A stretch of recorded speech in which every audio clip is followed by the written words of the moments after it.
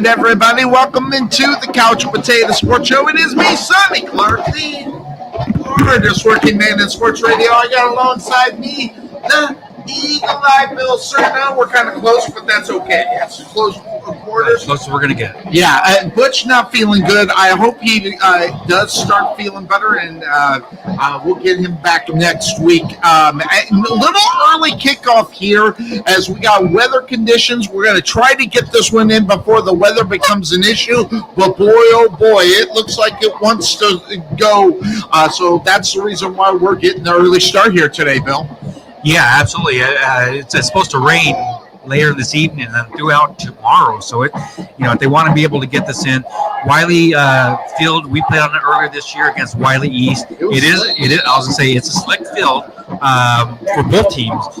Obviously Wylie, this is their home turf. They're a little bit more used to it. So hopefully we can keep the weather element out of it. Absolutely, and they're out there doing the play and the flipping of the coin. Did we see who won that? I think he's announcing right now. Yeah, and we got the crowd noise here tonight, so I'm pretty excited about that. That's always, whenever you get crowd noise, it's always great. And so it is. So it doesn't look like we know who's going to get it because they just started moving around and went, hey, there we go. There goes the noise. Thank you, Bill. Actually, Wylie's going to receive. We don't know if Sachse won and deferred. We just Wylie Pirates to take the field as well. So as we get set and ready to go in this one here tonight, I'm excited about what we got going on because you were talking about it just before. This one here is going to kind of determine who's going to play. Well, both teams are pretty much a lock for the playoffs. Really, Wylie, they can end up tying for that fourth position if they were to lose their last two games. But the winner of this game will take the number one seed in Division I tournament. That is already been determined. So whoever wins will go into the playoffs as the number one seed. So getting set and ready to go here. We got a good one. Undefeated Sachse Mustangs as far as the Wylie Pirates. They lost one game this season. So, and especially within district. District play. And that's the most important. So that being said, of course, that's the name of our show. Catch us on Sunday from 9 to noon, and we'll be giving you everything that you can see in the NFL. What they're about ready to do is they're about ready to do the national anthem. So what we'll do is we'll go right into the commercials, and when we come back, it's going to be kickoff of the Wylie Pirates taking on your Sachse Mustangs. We'll be right back. At Wesson General Contracting Incorporated, we're your one-stop shop for all your general contracting needs. We are locally owned and with over 20 years of experience, so roofing, gutters, sidings, fence staining, painting, foundation problems, or roof damage are no problems at all. Give us a call at 214-200-5588. That's 214-200-5588. Wesson General Contractors.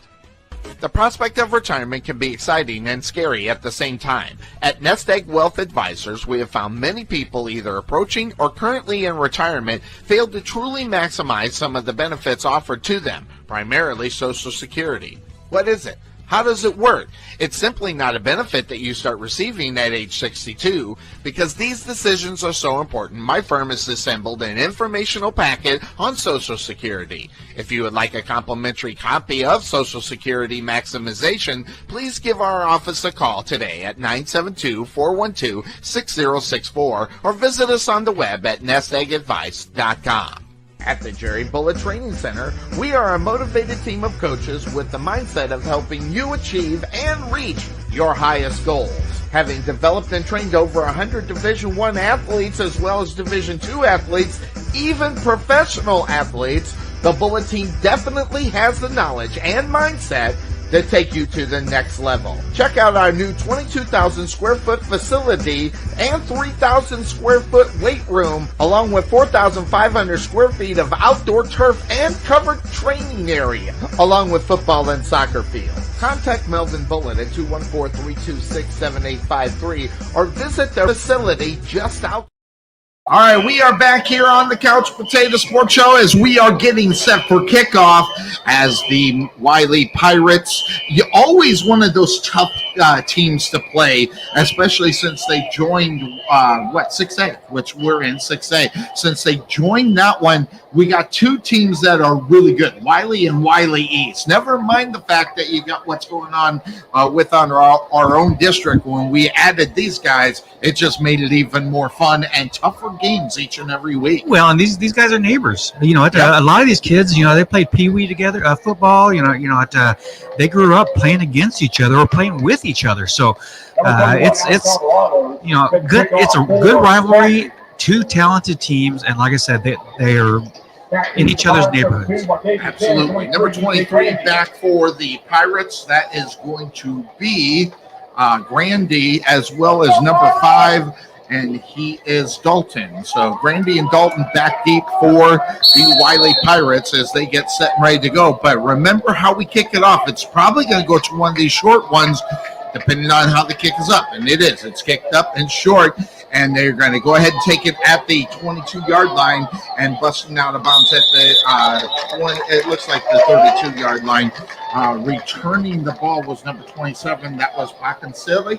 And then on the push out of bounds, number 30 as a Koye. So we are set as the Pirates are going to start in their own territory at the 36-yard line to start this drive. Well, and it looks like the Pirates scouted Sachse's kickoff as they had all their guys toward the sidelines, and there's a lot of room up the middle. So hopefully Sachse recognizes that later in the game. And they block it. So getting the snap on the side's Bale. He hands it off and getting nowhere is the running back. We'll find out who that was as soon as he stands up. But on the stop, on our side, number 22, that was the ball on the stop. And rushing the football on the other side there was number 22. That was Osborne. So it brings up second down for the Wylie Pirates. Looks like they only gained about 1, so it's going to be second down and 9 for the Pirates. Too far, 1 near, and the wide receivers for the Pirates, Bale in shotgun, and in the eye is Osborne. Here comes the snap, and getting in the backfield was the Sachse Mustangs. There were like all of them. It was like they almost forgot the block, and the first wave came in, missed the tackle, and then came back. So Brunswick as well as number 12 on the side, Dillon, getting in the backfield quick. Yeah, absolutely. There was 4 in the backfield real quick. It was a play action, but you really had no time to even turn around and look for a receiver. Third down, 14 for the Pirates, going right to left on your internet radio dial. The pass backward is by Bale. It's caught, and they're getting nowhere. As getting out there, it was a Foley making a big play. Really quick, brings up fourth down, taking the situation for the Pirates. Yeah, and it was just going to be a little screen to the outside, use those receivers as blockers, and really he had no opportunity because Foley came from the line of scrimmage and was able to run that down. All right, they bring out the kicking unit back for the Sachse Mustangs is Rothrock. He's been doing a really good job on the returns when he gets the opportunity. A lot of them just either fair catches or whatever, but if he gets the opportunity to move his legs, he's really good and really quick. Here comes the snap, and it goes up, and Rothrock is going to let it go, and it goes out of bounds. So it went off the right-hand side of his foot. We'll find out where's it going to go out of bounds. I think it's going to stay on the Wylie side of the field. Let's see where he calls it, but he's going to call it right at the 50. All right, so that's going to bring up a first down right at midfield for the Sachse Mustangs. Good field position. Got to take advantage of the opportunities. This is one. Well, and this is Sachse. Yeah, this is where Sachse wants to be. They want to have a short field to drive on their first one, set that momentum and the pace of the game. All right, so it's going to be first down, midfield. Too far, too near for the Sachse Mustangs. There goes the man in the back and moving. They hand the ball off to the left-hand side, pushing it down. There was Haygood, maybe a gain of 1, maybe 2, depending upon the situation. And on the stop on the other side is a Pickett on the stop. Brings up second down. Not much there. As nothing doing as they read it really well. So here comes that second down, left to right on your internet radio dial. Waiting on the snap is George. George gets the snap, play action, goes to the sideline, over through Lockwood, and I think there was miscommunication. I think what needed to happen there is Lockett should have been right there. Yeah, I think it was for the front blocking for Lockett. Actually, no, I think it was actually for Lockett. Lockett was supposed to sit down, do 5 yards, sit down, and get the ball, and he just started heading downfield. Brings up 3rd down and 10, has nothing really doing for the Mustangs here on their first drive. 3 near, 1 far, 1 in the backfield with George. George looking things over. He's back to pass. He's looking, and he's going to be flushed out of the pocket. Throws the ball, right out of the hands of Lockett. That was the idea. He would have been able to get in for 6. Well, he just overthrew him just a tad as he had him in stride down the sideline. George had a little bit of pressure, and he kind of scrambled out to his right and threw that on the run. I think if he had been set, he would have put it right on the money. Pressure from behind made the throw probably come out a little bit faster than what he wanted to do. That brings up the kicking unit. No yards on their first drive at all. No running, no rushing, no nothing. So they bring on their kicking. Handling it is going to be Thomas. Mark that. Is it Thomas? Is Sharp with the kick, and it bounces up at the 8-yard line, and it's going to be down at the 10 as the Sachse Mustangs, number 17, King was the one that stopped. I'm going far back, so putting the That's at the 15-yard line. Yep. So the 15-yard line, the 85 yards away from pay dirt. So if you're gonna hold them back a little bit, let's not make them close to the end zone. Nothing happening on the first drive for both of these teams. So that brings up first down for the Pirates. Pirates in there all, I guess it's a blue jersey. It's black. It's pirate black. Pirate black. So there's the snap, and they're going to hand it off over to the right-hand side, running it behind, maybe getting 1, maybe 2 on that was Osborne. And on the stop on the other side was number 15. It was Sharp. Yeah, Wylie's going to have trouble running that ball all day if their offensive line doesn't clear those holes, because the strength of this Sachse defense is right there on the line. One of the best parts of this football team is the defensive side of the ball, holding back the players. Here we go. Snap again, and then timeout going on the other side is Bale. Bale throws it and is caught at the 26-yard line. It's going to be enough for a first down. Nice pass there. And on the stop on the other side was Nelson. Not before they got the first down. They needed 10. Guess what they got? So they'll move the ball down to the 27-yard line. First down 10 for the Pirates, and they are not letting any substitutions happen. They're getting set right at the line, waiting for the call from the sideline. As they get set and get played here, and it's almost like this is a weird setup, and they could have substituted if they needed to on the defensive side of the ball. So we'll see how that plays out a little bit. 2 near only, 1 kind of far adjacent. Back to passes Bale. He is looking, and here's the sidearm right off the hands of the intended receiver. Sanders, he had snuck right up there, right behind him. That's a line rush right there. They were looking for the hole. He found the hole, but he couldn't get to it. Yeah, he was just out of the backfield, just on the underneath, as really the quarterback didn't have really any other position or any other receivers open. So really, that's his third check, is to go underneath, and he had him there. He just didn't catch it. All right, so it is second down now for the Wylie Pirates. There's a man in motion. And the ball snapped right and hit the man in motion, and the ball's on the ground. Let's see, dude. All right, so the Pirates were able to recover that one just as the guy was in motion right in front of the quarterback, hit him right in the hip. And they're saying that the Pirates do have the ball. Yeah, and it looked like you're right. The guy in motion came across in front of the center, and we don't know if that was supposed to be snapped to him or if he just got in the way as it was being snapped to the quarterback. Brings up third down now for the Wylie Pirates, and it's third down in a long way, 18 yards to get to the first down marker. So they got 2 in the back. Well, actually, 1 in the backfield. Osborne's in the eye as Bale gets the snap. Osborne looking for the blocking, and wow, what a good tackle! As on the side, almost took his head off. On the side there was the ball, and before Bale could get the opportunity to lift his arm to pass it, he got knocked out. Well, and the ball was actually with the receiver on the sideline. I almost want to say wall because I'm so used to indoor football. But on the sideline, he had determined, if the quarterback was going to run or not. At the last moment, he went ahead and went and covered the quarterback and was able to just almost took his head off a little bit. Man, nice hit right there. We're lucky there were no flags out there or anything like that as far as that's concerned. So it brings up 4th down. Here comes the kicking unit, and it's up, and it's going to – Rothrick is going to call for a fair catch at the 47-yard line. Actually, a very good fair catch because he had 2 beaten down on him on the return there. So good call there. Now, again, good field position again for the Wylie Pirates as it gets – look at them. They're quick to the line. They want to get this going. Look out for Lockett. This right here is primed to get Lockett underneath the ball, and a big throw from George. Well, they got Lockett. Yeah, they've got Lockett. They got 2 stacks, one on each side with receivers. Yep, and only one back for the Pirates to cover it. They go ahead, they keep it as George is keeping on the quarterback keeper, and he's going to get around. He's going to pick up about 6, maybe 7 before he's forced out.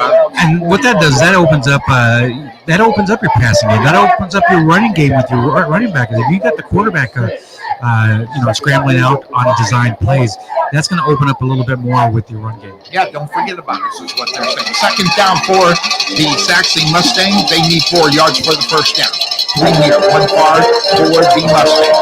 George in shotgun takes the snap. He comes to the near side. It's caught by Rothrick, and Rothrick's going to get the first down. Going to get to about the 31-yard line, and then on the stop on the other side, number 8, that was Das on the stop. Is it Das? Yeah, it's Das. Jaden Das. He's a junior defensive back.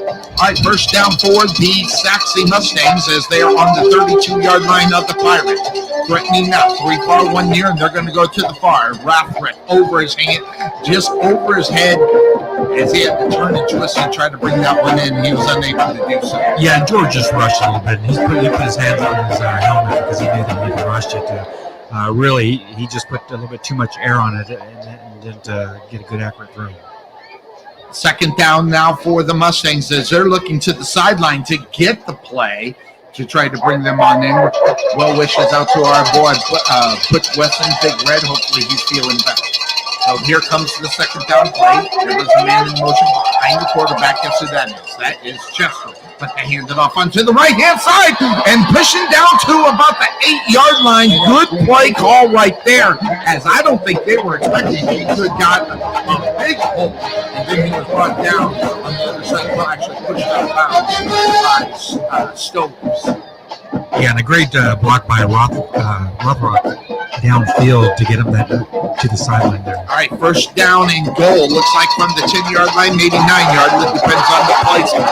George going to the right-hand side, just overthrew Chester on the far side. That was Ray Johnson.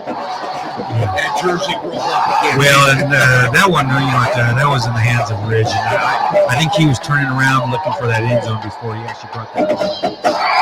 Brings up 2nd down now for the Sachse Mustangs as they have the ball right at, 2nd down goal from the 10-yard line. So let's see what they do. They need to get in here. They need to get up on the Wylie Pirates early. So George back in shotgun, too far, too near, but there goes Rothrock in motion. They go ahead, calls on the ground. George couldn't get the handoff into the hands of Haygood. That almost spelled disaster there for the Wylie, or the Sachse Mustangs. Well, and it was a high snap, and when you have a timing handoff like that, a high snap will definitely affect the handoff. So 3rd down and goal. They lost 5 on that play, so this is something they're going to have to work on here. Too far, too near. George is going to call for it. Looks like the same kind of play call, but George play action. Going to go to the right-hand side, and they were looking for the slant. I'm going to tell you right now, I don't agree with the flag. It's going to go against Wylie.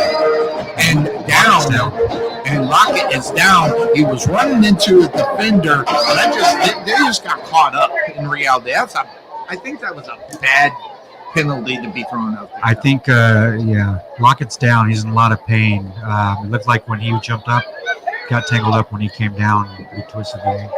All right. So that being said, they're going to do an injury out there. So a quick breakout on the football field means a quick break here on the Couch Potato Sports Show. We'll be back real quick. Hopefully he is okay. Being taken for a ride? Check out Casso Insurance, serving Texans since 1981. Bundle your home, auto, or business insurance and save a ton. Casso Insurance on the corner of Main Street and Rowlett Road, where we make insurance fun. Or check us out on the web at CassoInsurance.com, where we always have the coffee pot on. Yeah, but is it fresh?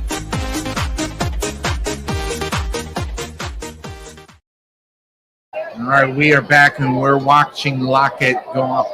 They'll kind of give a description here. Well, it looks like when he went up for the ball with the defender, looks like when he came down, he turned his ankle and was in pain right away. So he's really struggling to come off the field. Hopefully he can put a little bit more pressure on it. Okay, guys, I think we're in a lightning warning.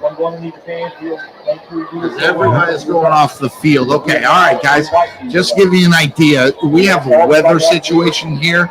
It's not that bad, but as soon as lightning is found, they go ahead and they go to lightning protocol here.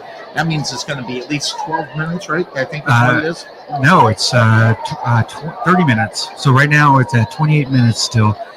What they do is if there's a lightning strike within 10 miles of the stadium, they go on an automatic lightning delay for 30 minutes. Wow, 30 minutes. That's a big and time. And what happens is if more lightning strike happens, every time a lightning strike happens, it starts up that 30 minutes. We just saw it. Probably restarted it.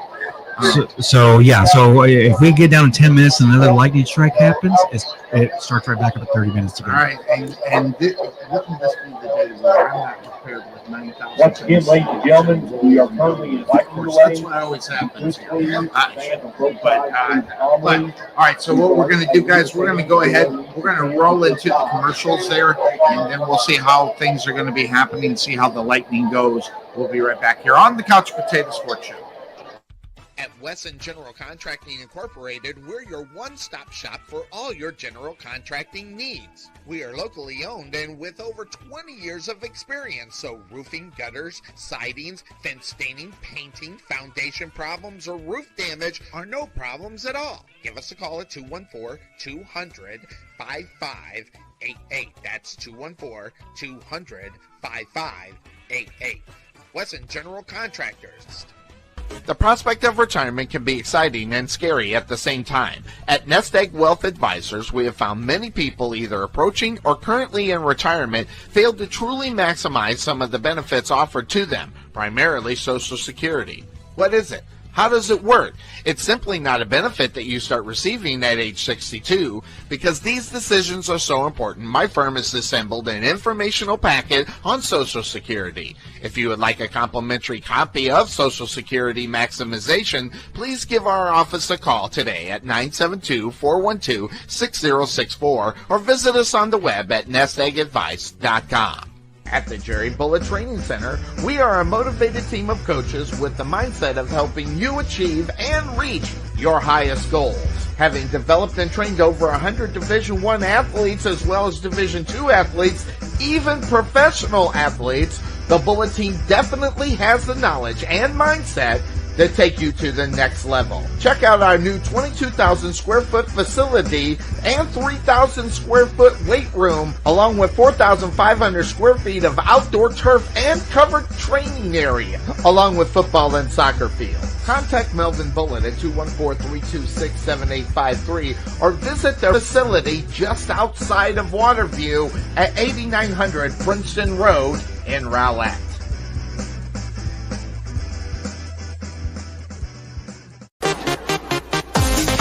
Being taken for a ride? Check out Casso Insurance, serving Texans since 1981. Bundle your home, auto, or business insurance and save a ton. Casso Insurance on the corner of Main Street and Rowlett Road, where we make insurance fun. Or check us out on the web at CassoInsurance.com, where we always have the coffee pot on. Yeah, but is it fresh?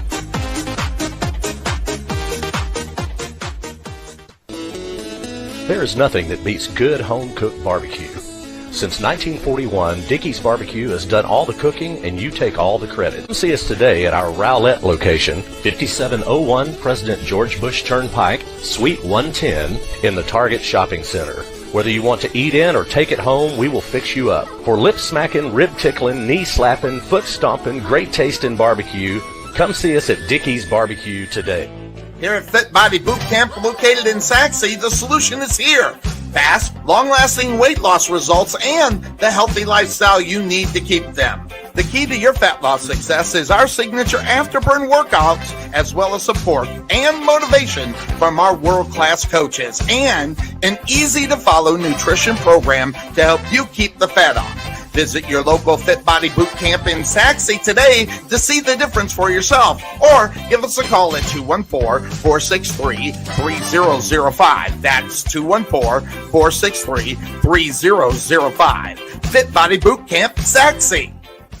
Sachse Ice House is a non-smoking craft beer and beer pub located in the heart of Sachse. The Ice House was opened to provide a friendly, clean, and female-friendly environment.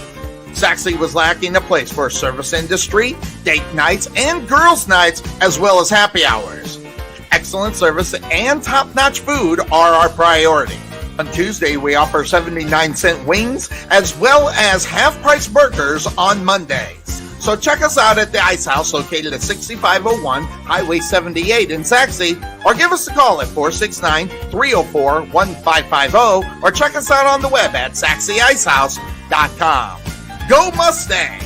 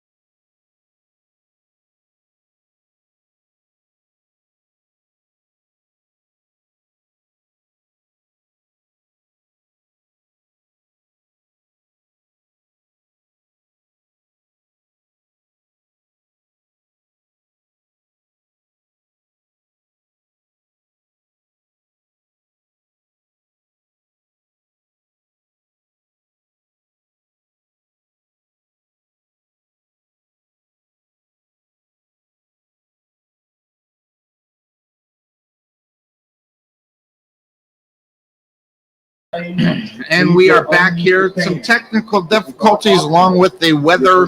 That is always a problem. I guess it ends up happening. So here's what we're going to do, because we got a delay that's going on. Where we have about 21 more minutes.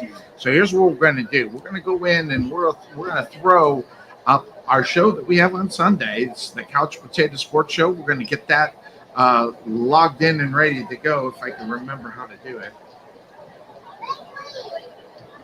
Let's see. Well, I used to know how to do this.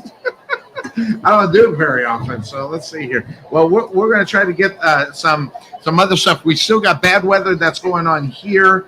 I'm going to see here. Why is this not working the way I wanted it to? No, that's not it.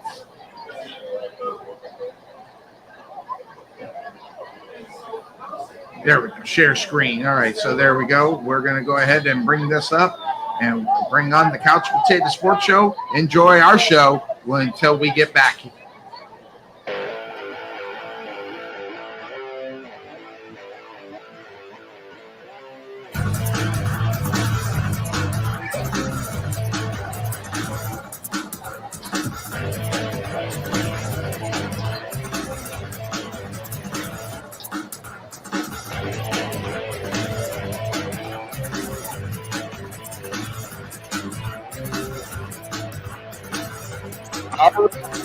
Good morning. Welcome to the Couch Potato Sports Show. It is me, Sonny Clark, the hardest working man in sports radio, as we are here on our Sunday morning tradition that continues on here in our 14th year as we get set to go into year number 15 at the end of this NFL season. As we get set, it is week number 7. Hey, just have to say, I'm still on top of the Pick'em League. That's right, finally. It looks like I'm somewhat consistent. At least for the last 2 years, I have not been, but I have been consistent. So that's the big part of it. And hey, just in case you didn't know, we have the man himself, the man, the myth, the undeniable man who is a legend in his own mind. Go ahead and bring him on in. Yeah, this guy right here. Oh, good Lord. Now, there's nothing wrong with this at all. Godfather makes an appearance. How you doing? Good to see you. You just can't wait till Bryce gets in, can you? I mean, your new best buddy. Is he coming in today? I'm excited. He's supposed to. Now, whether or not he will. First of all, Bryce gets to the Podfather is, sir. Okay. Now I've worked with you for how long? About 3 years. Yeah. Okay, so it's 3 years too long. So I mean, clearly, definitely, you still don't get who I am, which really pisses me off because I've had to carry your weight for the longest time. You're a heavy fucker to carry. That's right.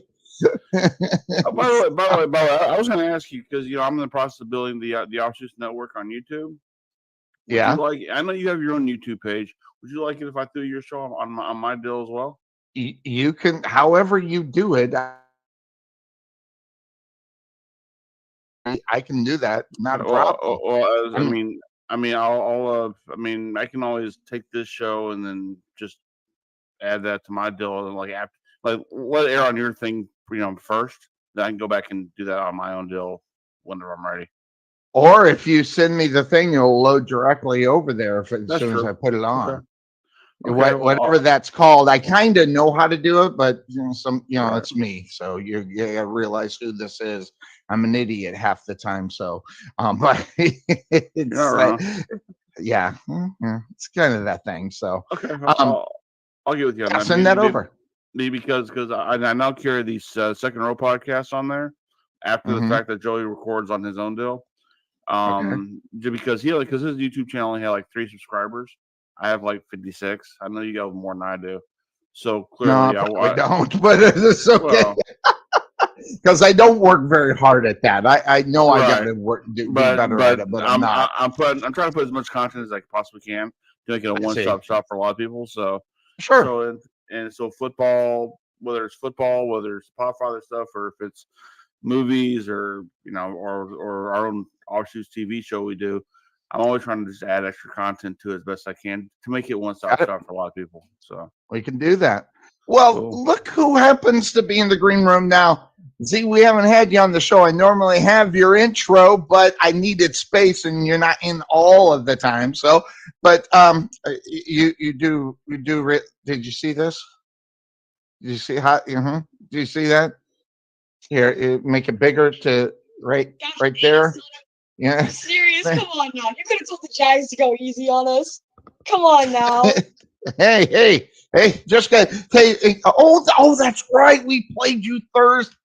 That's right. We beat you up pretty well. But hey, we tried to piss that game. We tried to piss that game away to you. In reality, I mean, we started playing like garbage, and then here you are. So how you doing, man? I haven't seen you in a while. Yeah, it's been a while, but I mean, just keeping up with football world, wrestling world. I mean, just usually watching the Saints play every Sunday. So today I got an off day from that, but yeah. Yeah, because you got to Thursday. Mm-hmm. Yeah, I have my watch party thing that I do Thursday. So how are you feeling about Dennis Allen today? I mean, you must be really psyched about the rest of the season, about your guy, that leads your football team. How are you feeling? Dennis, he's your guy, right? The guy for the future. What's his record? Was it 13 and 42 or something like that? Something help me. Someone help me. I need some help. Please save me. Well, I think you probably will get a new head coach next year, and seeing how that. But although I thought that would work out really well with him and Derek Carr, new beginning, something new. But man, Derek Right. Carr looks like Derek Carr, over with the Raiders, and he's not really doing very much to kind of help your football team become better. I mean, yeah, he's made his mistakes, but he's not Andy Dalton. That's one thing I can say. He is not Andy Dalton. Like this year, This I is see true. I see more potential in the team. And you know what I'm seeing a lot more of? I'm seeing a lot more of Michael Thomas playing time and him actually trying in the games. Everyone was saying, "Oh, he's injured. He's injured. He's no good anymore. He's no good anymore. He's 30." It's not true.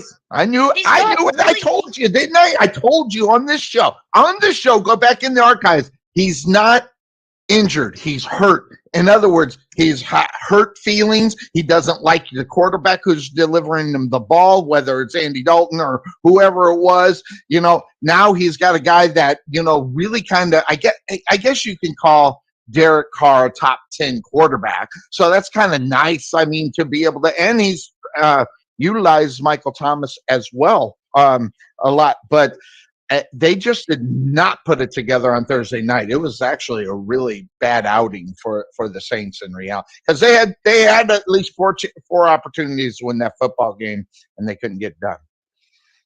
Yeah. One big problem with the team, our kicker. I don't know why we got rid of freaking Will Lutz. This guy, our kicker, I don't even want to know his name. So that's why I haven't learned his name. I know his first name is Blake, and his last name starts with a G. That's all I want to know, because I don't want to have to listen to this kid's nightmare. I don't want to have to listen to his name. Missed two of them on Thursday. Yep. Yeah. 2 of them on Thursday. That hurts you. I mean, and you need those 3, to kind of keep you in the football game. Just couldn't get done. But I'm telling you right now, Josh Allen for the Jacksonville Jaguars. I'm telling you right now, this guy's monster. You got to talk about Josh Allen as a defensive MVP right now. Yeah. So that's one of the things I wanted to mention up on the show. Looking at early MVP candidates right now, here we are, week 7. Josh Allen is definitely on that, scale of a defensive guy that could quite possibly make Defensive Player of the Year. So I'll throw that at the Podfather. Looking at early stages of the year, players that you can think of in the NFL, and there are many of them. Who do you think right now is Player of the Year at wherever you think they are? I have Jared Allen on the defensive side of the ball for the Jacksonville Jaguars, not because he's Jaguars. He's just playing out of his mind. Look at the numbers. He's leading all the numbers. So is there somebody that you got that you can say, hey, this guy, watch out. He could be consideration of the Player of the Year? Well, I think because the position-wise, the NFL goes towards the quarterback, and they're going to look at Brock Purdy only because of what the Niners have done. Now, minus what happened this last week with the loss, but I mean, that was bound to happen sooner or later. Yeah, I mean, it's hard to go undefeated. So I mean, even the Patriots can pull it off. So I mean, I think they're going to look at Brock Purdy primarily because the NFL is kind of a give-up league when it comes to looking for awards. Like, they're like, well, I'll just give it to him. So, and right now, the Niners are still the team to beat in the NFC or the NFL. I agree. And, I fully agree. Brock Purdy is pretty much he's Mr. Irrelevant, right? So you take Mr. Irrelevant and you make him an MVP. What does it say about that position now? So I think that's the bigger story. As much as I see Zia sitting over there turning around saying, I don't want to hear this crap about Brock Purdy. I understand. I'm the same way. I don't want to say it either. I'm not a big Brock Purdy fan per se, primarily because of the team he plays for. But the thing is, you got to call it what it is, and right now Brock Purdy is turning the NFL upside down because never, ever, ever, ever, ever, ever does the last pick of the draft dominate the league. Ever. 8-1 in the regular season, man. He finally lost a regular season game. 8-1 to the Browns too. The freaking Browns. Yeah. So out of them all. So interesting. So Z, looking early in the season, do you have a Player of the Year candidate right now that you are thinking of that is dominating at what they are doing right now? That's tough. Player of the Year candidate, man. I know it's early. I Okay. Why are you doing this? First of all, Z, is there anybody from the Saints that is really worth Player of the Year? Chris Oh, Olave. Huh? Y'all cannot deny about Chris Olave. We can hot take, but not a hot take. Chris Olave has top 10 hands in the league right now. He's a step up number 2 behind Michael Thomas. I agree. Okay, how many number 2 receivers ever get Player of the Year? Well, when they is he step number 2 now though? Is he number 2 now though? But is it 1. Michael Thomas? Well, I think the consensus would be is that Michael Thomas is the number 1 because he's been there longer. He's done it, so he kind of gets the title because of his tenure there in New Orleans. But I'm telling you right now, I agree with you, Z. This guy, and when I'll define step up number 2, a number 2 that is getting number 1 recognition in reality, whether it's stats, getting the ball, targets, making plays after he catches the ball. I think Olave is right there. What's this look, Podfather? Jesus, Look. Okay. Here's a little history lesson for everybody. Okay.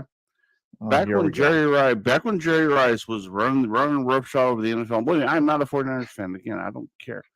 John Taylor was pretty good too, but no one ever thought of putting John Taylor as the MVP of the league. Well, right? No.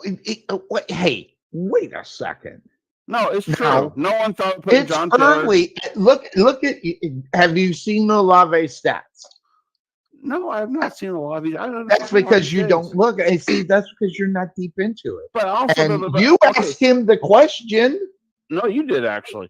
No, you went back and said, "Well, since it's not the player, it's the Saints." You asked him the question. Well, you picked the Jaguar. You picked the Jaguar defensive player. Well, that's because that's a homers. Really, I didn't pick one. Whoa! Don't worry me. Did I pick a Dallas Cowboy? No, I did not. I'm honest about it.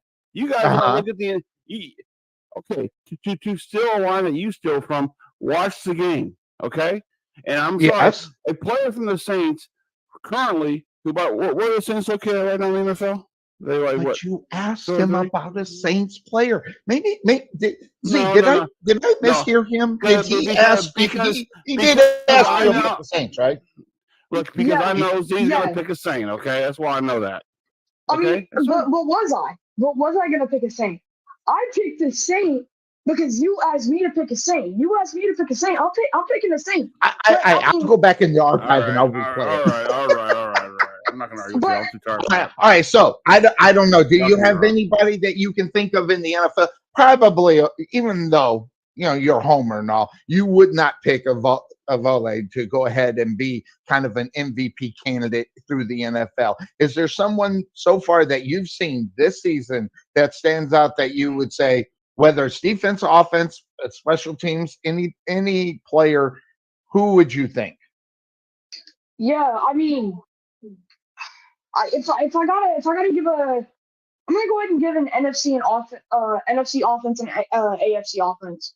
For NFC, he dropped off because he went to the Lions, but now the Lions are a good team. Give me Jared Goff for NFC Offensive Player of the Year. You gotta put respect on his name. Y'all gotta remember. A lot of people don't remember. They crap talk him because what were they last year? 3-14 or something? I think they won a few more, but I get what you're saying. Yeah, they weren't good. But Jared Goff took the Rams to a Super Bowl, and now he's what's the record? 5-1. Yeah, 5-1. Yeah, 5-1, and or are they 6-1? We're week 7. So they're I think they had a bye though. they had a bye. Okay, they're 5 Yeah. and 1. So we can say this because that would be, let's put it like this: the Lions have lost one game. What other teams have only lost a game? The Niners, the Eagles, a lot of top tier teams. Their With those win-loss losses, ratio, put them right there. you gotta put the Lions up there at least for this season. You know they're having their best start to a season since since I don't know, but I can't remember when they had a great start to a season like this. But like changing pace, they play the Ravens today though. That's gonna be a tough matchup. But one thing about the Ravens I can say though, their team's always injured. They at least always have two major players that are always injured. It's either Lamar, Marlon Humphrey, who knows, maybe OBJ, which actually hasn't been too bad. He's been all right. But the Ravens are always a team to be contended with. It's always going to be a good matchup. They have a pretty solid defense as well, even without Marlon Humphrey. But for NFC offensive player, I got Jared Goff, and then AFC. I mean, we all know that the NFL just loves Mahomes, so I just got to take Mahomes because they love Mahomes. I like your pick of Jared Goff. Think about this, Jared Goff. Okay, you didn't think they were very good, but Jared Goff was pretty good last year. He threw for 4,300 yards, 29 touchdowns, and only 7 interceptions through the season. As of right now, where they are going through week 6, he's got 1,600 yards, 11 touchdowns, and only 3 interceptions. So in the year before that, he wasn't very good. He slowly moved it in. He's developing that chemistry with the Lions. And we might as well talk about that game now, because this one here is going to be a really interesting one, because whether or not the Lions are going to be able to go into Baltimore and get a victory, how I look at football teams, if they're going to be good, you got to beat teams that are at least on your level or maybe that one step above. Depending on what you think about the Ravens, that I think they're kind of even. If anything, the Ravens might be just one little step above because of talent, not because of record, but because of talent. And this is a game where the Lions have to prove they're a good football team. So Trey, I see that face. I see him going. I see his eyes rolling even when his eyes are shut. It's just one of those things. Looking at this game, what are you looking at when Baltimore is taking on the Lions in Baltimore? It's gonna be a tough. It's gonna be a test for the Lions for sure. By the way, coach of the year for me is Dan Campbell. So, for him to do what he's done with that team, clearly he made me a believer. That's gonna be tough. Who did I pick in that one? I got Detroit winning. I can go either way with that one, though. Really, that's why I wanted to start with this one, because I think there are a couple of games where you got to really think. I think some of them are just automatic, and you're going with them. Thinking about this one, are we too early to flex the game out to a 3:00 game? Yeah, because this is a primetime game. I agree. I think this could be on prime time, and I think it could be very enjoyable. No. I don't know. They change the rules on the flexing all the time, but Sunday Night Football is actually a good one here this weekend. So I think they're in pretty good shape. Yeah, Philly and Miami. So yeah. Yes. I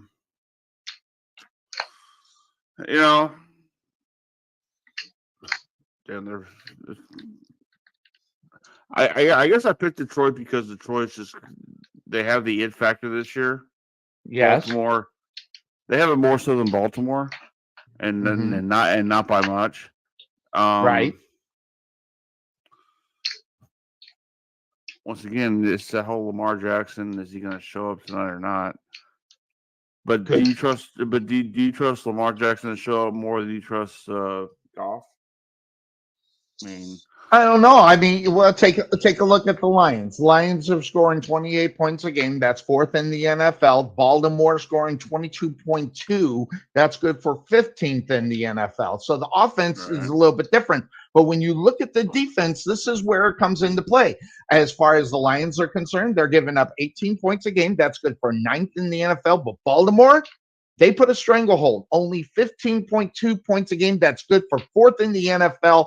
And, when I was looking at it and saying, yes, but defense wins football games. I don't say defense wins championships. I say defense wins football games, especially in the regular season. This is a big time of it. So I'll throw it over to Z. You got the Lions. You have the Baltimore Ravens. What is your take up on what you think you'll see today? Well, I mean, here's one thing you gotta take into account. Like I said, usually that Baltimore defense is banged up, like injuries all the time. Injuries or no injuries for a defense that the Lions play, the Lions always have that offensive. I don't know how to put it into words, but they always have a good offense to where it's never like, oh, they're either going to play good on offense this week or they're not. No, they're gonna either play balanced offense or they're gonna play really, really good offense. I mean, you got Jared Goff, you got Jahmyr Gibbs, which I really like Jahmyr Gibbs. Honestly, draft night, I was actually getting pretty mad that the Lions took Jahmyr Gibbs because I really wanted him to be insane. That's all I'm saying. So, he's really good at running back. Their receivers. You got Amon-Ra St. Brown. He's a stud. I mean, he is. He was no one really knew about him until he was out there making plays, and he's become that guy. Big fantasy guy too. Big fantasy football guy. He'll get you your fantasy points. You got Jameson Williams, speedster. They got a really solid wide receiver core. They're not like big names, but they're guys that definitely get the job done and get the ball moving down the field. You got Sam Laporta at tight end. You got a really good offensive line. My opinion, Lions have one of the best offensive lines in the league. But I think I'm going to put them behind Philly just because Philly, they have a really good offensive line. Because, but what's going to happen is all of these guys from Philly are going to start retiring, like Jason Kelsey and like all these older guys on the offensive line. Lane Johnson, Jason Kelsey going to retire. I mean, this is Kelsey's last season, right? Pretty sure. I would think so, but isn't Kelsey a Philadelphia Eagle? Yeah. That's what you're talking about, sir. Yeah, because I was trying to say that. You should watch your own show, sir. Yeah, because I was trying to say that the Lions offensive line is going to overtake the Eagles. He did a something. You went off to the left, and I didn't keep up with him. You're good. You're good. But so. Yeah, and they got a really good defensive line, solid defense. I mean, one thing I feel like maybe next draft or, maybe through a trade, they go for a true number one corner. Don't get me wrong. Cameron Sutton and Emmanuel Mosley aren't bad, but I could see them going back and forth for number one. But in my opinion, on a lot of football teams, these guys would be number two, number three corners. Yeah. Which is why they built up their safety group. Kirby Joseph, he's a really good safety. Tracy Walker, he's good too. CJ Gardner-Johnson, he was really good for the Eagles and really good for the Saints. Brian Branch, young guy who's playing really well this season. So you gotta take into account that the Lions defense is really good. So you gotta take into account, is the Ravens offense going to be able to handle the Lions defense? I mean, big one. You got it, because right here, it's either Lamar's going to run the ball or he's going to pass it, because they don't have their running back is always injured. Their running back group is always injured, which is why I think if they kind of let Lamar run the ball, Because if you brought a non-injury prone running back into the Ravens, in my opinion, I think you would see less running the ball from Lamar Jackson and No, more you wouldn't. No, you from wouldn't. He runs first which and then he throws. he That's what runs he did. first. But the offensive coordinator is going to say, "Hey, we don't want you injured." Even though because Lamar gets injured quite a bit.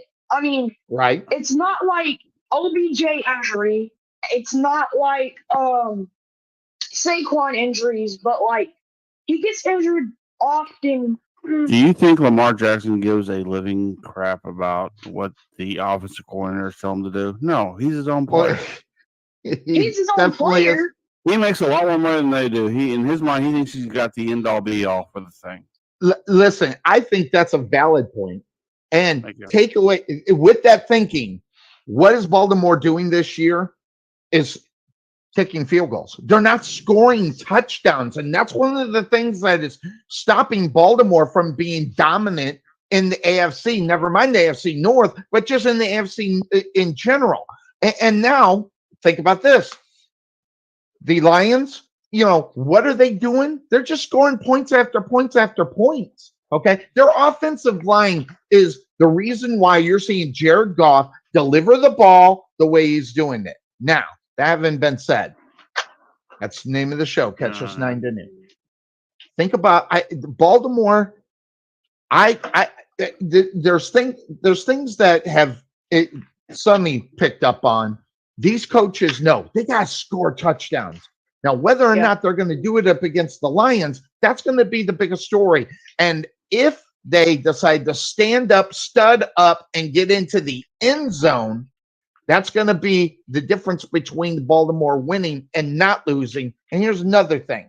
The Lions don't let people run on them. However, when you say running, that's traditional running hand and off. It's not Lamar Jackson going back looking and then decides to run the football or do it in the thing. So it's a different type of, if you look at the rushing that the Lions stop, it's not the rushing that you get with Lamar Jackson. It's the rushing you get from a running back. And I think that's a big difference when you're looking at that, look, they're really good against the run. Yeah, but so Lamar Jackson's a little bit different. They're home. And I think that little bit of difference is the reason why I'm going Baltimore. I don't like Baltimore in Detroit, but I do like Baltimore at home. So that being said, who do you have in this one, Z? I gotta take Detroit. I mean, honestly, I'm gonna keep it straight here. I like a lot of the Detroit players, which makes me really like the team, which also makes me want to go for the team. I mean, their team, they're 5-1.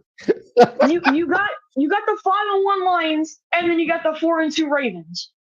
You gotta take into account, right? I mean, record sometimes doesn't always matter. I mean, I agree. And think about it. The Lions beat the Chiefs this year. Now, I don't care what anyone says about, they didn't have Travis Kelce. They didn't have Travis Kelce. Don't matter. Exactly. And just because Mahomes doesn't have receivers doesn't mean that he should lose a football game. If Mahomes is going to be MVP and it was every single season and called the best quarterback, you have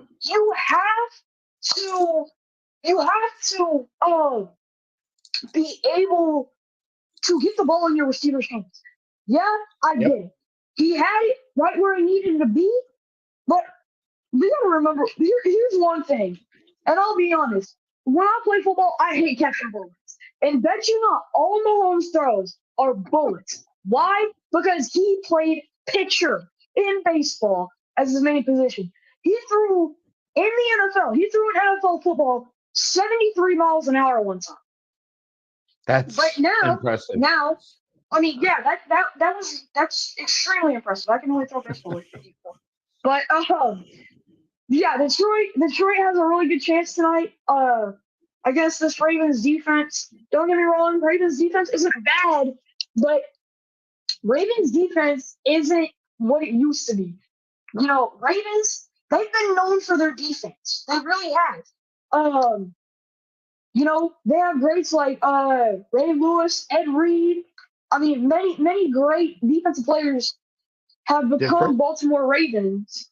Yeah. And you gotta for the Ravens today, you go in. This is what you do. You try and lock down Amon-Ra St. Brown, and you lock up the deep ball. And that's how you win the game today. If you're the Ravens, how you're winning the game, you lock up Amon-Ra St. Brown. Whether that means you play zone, if Amon-Ra goes across the middle, you have a man guy and a zone guy. You put the linebacker in the zone, let him stay in the zone, but have the man coverage corner following him. I mean, I like the thing about that, and for the Lions to win, I think they have to obviously the main target's going to be St. Brown. Jared Goff's going to have to deliver the ball to other people. I mean, in reality, they're going to down. I mean, that defense may not be Ed Reed, may not be Ray Lewis, but that defense is still one of the biggest part of the football teams that are there. It is. So they're going to have to lock down St. John. I think you're right. How they're going to do it? Are they going to do one-on-one? They going to double up, hit the zone? That means Jared Goff's going to have to throw the ball to somebody else in order to get to get the win. So that being said, Popfather, are you on the Lions, or did we change your mind enough to go ahead and say, well, we'll go Baltimore? I went Baltimore. I went and made the change. I'm going Baltimore. I like both of these football teams, but the home team, 4-2 is in my opinion is almost as good as 5-1, especially when there were two of the games that the Baltimore Ravens should have won. So kind of looking at it in that way, and that early start that Baltimore always gets, they start going down, they start falling down at about week 14, week 15, and then they get these wins against big teams, and I think that's what's going to happen. Whoop, there we go. I'm not good with my weather. I am going to go Baltimore. I'm going to head up into that one. That's going to be, and by the way, that's going to be an entertaining game to watch. So keep your eyes out for that one. Now, the other one that is really kind of confusing me, okay, it's the Washington Commanders taking on the New York Giants. Boy, do these teams suck. I mean, these are not good football teams. Washington looked pretty good. They got the win last week. The Giants have lost 4 in a row. I mean, but they are home. So this is one of those ones where it kind of confuses me, and trying to figure out who and why I'm going to take a team is huge as far as that is concerned. And Greg Wepper is jumping in and says Ravens all day. We will find out. That should be really good. Greg Webber being our Philadelphia Eagle expert, that's going to be a good game on Sunday Night Football. But that being said, of course, that's the name of the show. Fashionably late, I don't know, because I see his jersey. So I don't know if fashionably late is right, but we'll go ahead and bring him on in anyway. He's the co-host of this program. You can't see me.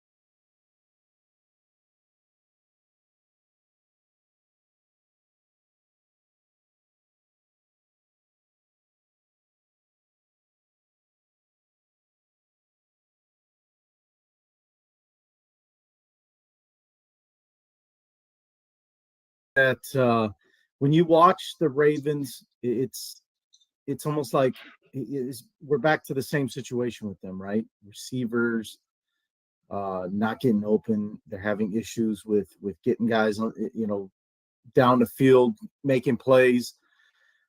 And, Lamar can only do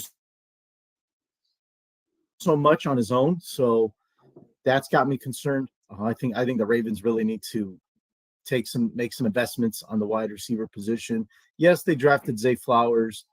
And I think that was a start, but I think they need to continue moving in that direction with them. And the Lions, I mean, they're playing well. I mean, there's really nothing else you could say about that. And I think this is going to be a good matchup, Sonny. I think defenses. It's probably going to be a lower scoring game than we may realize. I think people are expecting a high scoring game. I don't. I see the opposite with this one. I think it's going to be low scoring.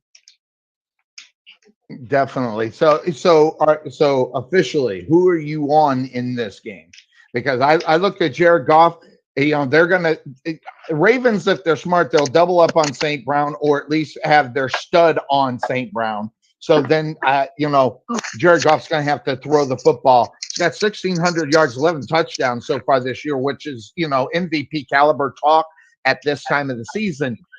But I think distributing the ball for the Lions is going to be the most important thing, because if they lock down St. Brown, he's going to have to figure out how to get the ball into the end zone with somebody else.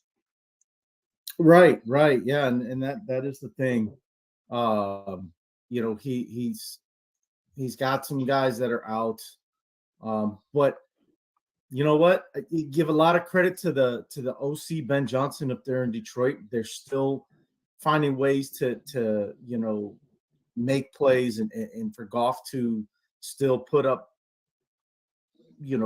good numbers, good enough to win football games. So I think with that being said, with how we've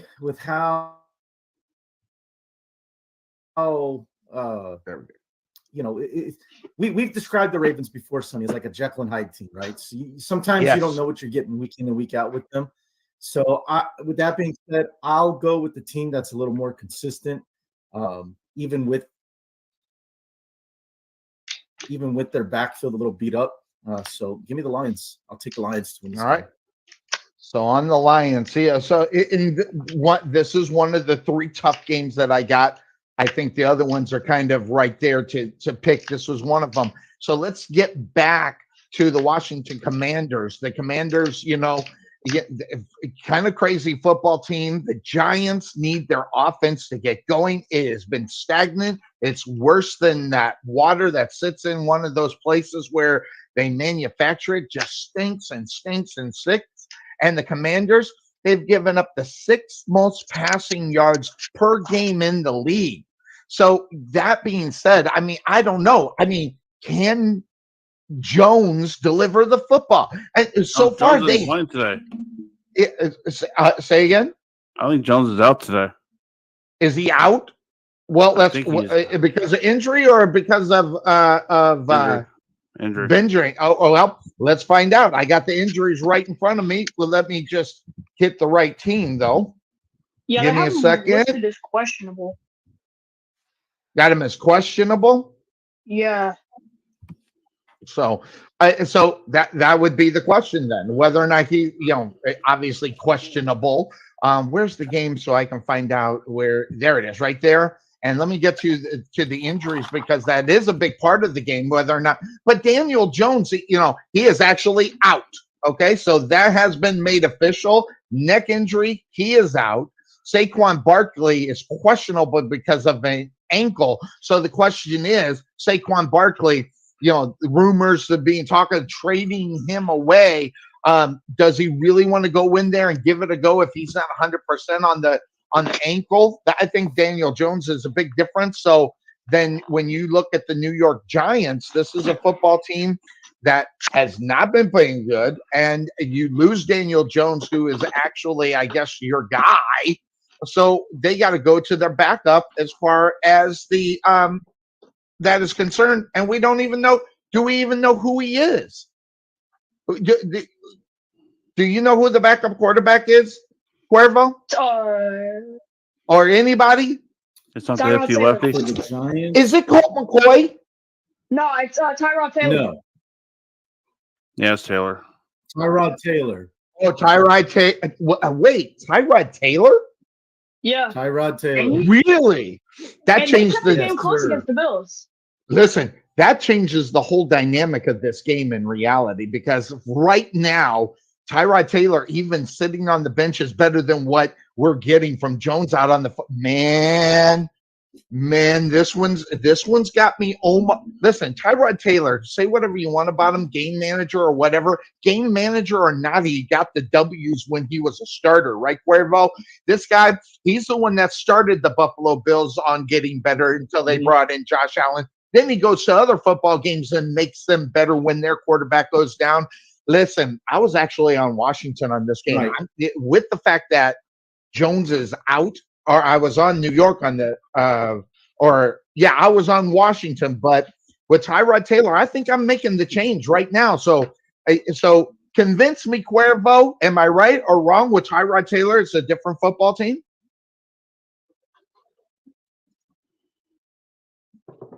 How many seconds is he behind I don't Cuervo? see it happening. There he is. I know. Yeah, I don't. I know you got some love for Tyrod, Sonny, and there's nothing wrong with that. I mean, the guy hasn't played in so long, though. You know, when he was doing what he was doing in Buffalo, that's because he was the full-time starter at the time. Rex Ryan was the head coach, and he made the playoffs for the first time in forever. Right, and so, but he was a full-time starter. He was playing a lot more consistently than now. So right. I don't think you're going to get the same Tyrod Taylor that we saw, you know, at that point in time a few years back. So, with that being said, I like not because I think they're good, but you got to pick somebody, right? So I'm going to take the Commandos. Z, I'm looking at your face, and then I'm looking at the Podfather. I think he fell asleep, but I'm looking at your face. So Z, what's your take? It is Tyrod Taylor, you know, kind of. Yeah, I don't know. I do got some love for Tyrod Taylor. So what do you think about that? Does that change your opinion about the game, Z? Okay, so first off, I'm gonna lay this out right here. You know, Tyrod Taylor, I don't care what anyone says, anyone. He might be a 34-year-old quarterback who is gonna retire soon, you know, but he almost won the game for the Giants against the Bills. Now, whether you say it or not, you know, the game was called. But, the game was called. They didn't call the last pass interference. Because they got the ball at the 1-yard line, no time left. You know, back in the end zone when they tried to throw that up to Darren Waller, that was pass interference. I don't care what anyone says, that was pass interference. But the game was called. Okay. Game was called. So, you know, Bills won. But he had a 66.7% completion percentage, 200 yards, and an 80.8 passer rating. And then against the Dolphins, he didn't necessarily play the entire game, but he had 75% completion percentage, 86 yards, and that's a pretty good Dolphins 3 times defense. for crying out loud too. Yeah.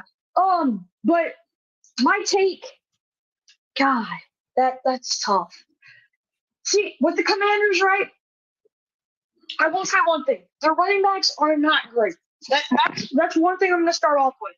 Their running backs aren't great. Antonio Gibson, he's not great. Ryan Robinson Jr., sometimes, but it's not like he's not an explosive back like, you know, who can I give an example of? Christian McCaffrey or something. Let's just go with that. He's more of a power back that he's more of a power back that doesn't play like Derrick Henry. So more of a calmer yet more aggressive power back. But you got to think, Sam Howell, he's been looking pretty decent. I'll be honest. I hated on Sam Howell. He's looking better now, though. Brought the team to a 3-3 record.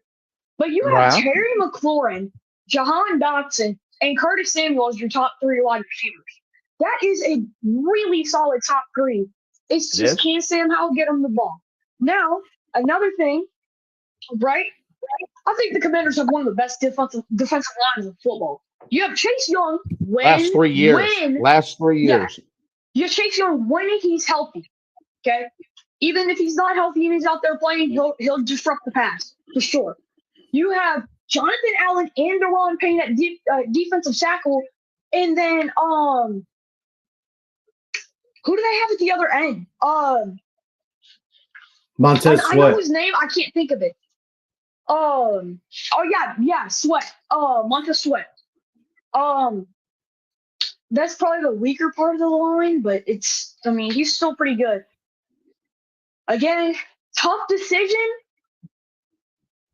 but with the Giants' offensive line not being so good, that Commanders' defensive line is going to get through that offensive line. I think it's going to be close. I really do, but give me the Commanders. Give me the Commanders. Podfather, Trey Mack. What is your? Oh, excuse me. Sorry, Trey. Z. I thought you were done. No, you're good. You're good. Trey Mack. What are you thinking this one? What are you looking at? Y'all are too busy talking about Tyrod Taylor and everything else. Dude, the Giants' defensive line sucks. Okay. Yes. And the quarterback for the Commanders. Look, he ain't great, but he's better than most. And he can find a way to dink and dunk through that defensive line of the Giants. Y'all keep forgetting one thing. The Giants gave up 40 freaking points to the Cowboys opening night. You won't forget that, will you? That's no, shut up. Look, it was easy going to bring up the fact that Mahomes couldn't find receivers on opening day weekend. I'm going to bring up the Cowboys destroying the Giants. This is how it is. So, look. I think you said it, though, for 7 weeks, though. That's all I really got to go on. I ain't going to lie. There you go. Hey. Look. We destroyed New York, NFC and AFC. What can I tell you? But, there you go. But, look. The Commanders are – I keep wanting to say the Redskins. The Commanders are the favorites. And going into the game, not by much probably, but they're still the favorites. Giants don't know who they are. Commanders, look, they understand they're not the greatest team in the world, but at least they're fighters. They're going to beat you up. It's a divisional game. They're going to beat each other up quite a bit, like we always talk about. So give me the Commanders. Yeah, the Giants defense right now, I'll tell you right now, the Giants defense match up fairly well with this football team. Now, Wink Martindale right now has not been the so-called genius that we give him, right, Cuervo? On this show, we got some love for Wink Martindale. Mm-hmm. And he is just unfortunately not being able to get his team to follow. But with this game, with the team I'm just going to say it, the Commanders suck. Okay, so when you got 2 football teams that suck, you got to kind of weigh the players. But then what happens is that Wink Martindale's such a good coach, they start going up a little bit more. I like the fact that so on this game, I'm picking the fact that they brought in Tyrod Taylor, which right now is better than what you're getting with Daniel Jones.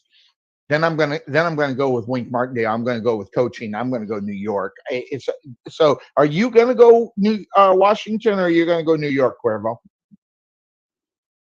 I think you said Washington. Well, I'm right? on Washington. Gotcha. Mm-hmm. You should watch your show, Sonny. So, sometimes I can't remember. See, I got short-term memory problems. So what'd you say? See what I mean? So that's that. All right. So I'm going to go Giants. Everybody else on Washington. So I'm gonna hang out. Maybe I'll be. Oh, we just lost Cuervo. He'll probably come back. I'm gonna have to teach him Ethernet, or go get more memory in that damn computer of yours. I think he got tired of you ignoring him. Yeah. No, I just talked to him. So so. Oh, he's going to restart his laptop. All right, so very good. That's where it goes, and the Giants right there. All right, so that being said, I agree with you, Greg. I think the Giants are actually going to get up on that one and go in there and get the victory. So that being said, the next game that I thought was really kind of confusing, hard game to figure out because the Atlanta Falcons have lost 5 games in a row. Tampa Bay hasn't been great, but Tampa Bay against bad football teams, they've shown up. This game here, as far as Atlanta on the road, oh my God, they're horrible on the road. So, I mean, I looked at this game with 2 bad football teams going at it. Somebody is going to step up. Someone is going to make some plays. But the question is, who is it going to be? So, Podfather, Trey Mack, look at this game. What do you think about this one? I mean, both teams are really not good. Maybe not, but the thing is, though, is that Tampa Bay is a lot better than the other team. So, give me Baker Mayfield. I think I think the offense is more dialed in with him now than they were earlier, and also do think that because Atlanta's a tricky team. You pick against them, they beat you. You pick with them, they lose. So it's kind of whatever. I mean, plus the Bucks are coming out of the bye. Sure, too. Facts. And Atlanta's beat up too. So give me the Bucks. Yeah, the Atlanta Falcons defense right now, they struggle on the road. So that means I think you're right up as far as that's concerned. Baker Mayfield can have a great day throwing the football. I mean, so Baker Mayfield, you just kind of look at it, get him in between 225, 250 yards, passing. I think that they would be, because they don't run the football very well. So they are missing Leonard Fournette big time. I'm just telling you right now, they have no running game going on right there. So it's going to be on Baker in order to get the football team to win the game. Is that a good idea? They are at home. If this game was in Atlanta, I'd be taking Atlanta in a heartbeat. So Z, look at this one. The Tampa Bay Buccaneers, Atlanta Falcons, you got Ritter. They decided he's the savior. He's going to be the guy they're going to go to, depend upon all year. What's your take against the Tampa Bay Bucks? All right. The Falcons. One thing I can say, they really built up their defense this offseason. They really, really did. This makes it a really good defensive football team. And I'll tell you one thing. One guy that is going to give Mike Evans a run for his money in the secondary, you're going to have Jesse Bates getting up on Mike Evans or Chris Godwin, whoever it is. Right. So here's my thing, right? My Saints are 3-4. Okay? Mm-hmm. Looking for me, if this was just me, I would want the Falcons to win, give the Bucks that third loss, right? I'd be okay with the Falcons being 4-3 because they'll probably just pull another 28-3 again, but could be. so they'll pull a late season 28-3. Trust me, they will. They'll be like, I don't know, 8 and I don't know, 1 or whatever. They'll finish like 8-9, 9-8 in this playoffs. But just speaking, realistically, not trying to be biased towards the Saints. I think I gotta give this one to Bucks. I think I gotta give this one to the Bucks. I think I really do. Because if you think about it, the Bucks, they have a really well put together football team. They have, of course, Baker Mayfield, who's actually been looking pretty solid in Tampa. He's solid. He's not great. He's just solid, right. And there's a difference. Yeah. He's just solid. But they have Sean White, running back. He's not terrible, but it's not Leonard Fournette, who's still in free agency, who they could still sign back, who they could still get to be the starting running back. But the Buccaneers are just kind of stupid like that. 3.3 yards a carry for White, then that's not going to get the job done. Yeah. But here, Mike Evans, really great receiver. I hate Mike Evans because of the beef that he started with Marshall and Lattimore. But I don't think anyone's going to deny that having a 6'5" wide receiver that has insane hands and can actually run the routes well and actually has a little bit of speed on him, I think anyone can agree he's beating almost anyone in a one-on-one. Let alone AJ Terrell. AJ Terrell, I get it. Yeah, he's young, he's good, but he's not Mike Evans coverage good. And then Chris Godwin's gonna get what, like Isaiah Oliver or something? How many people know who Isaiah Oliver is?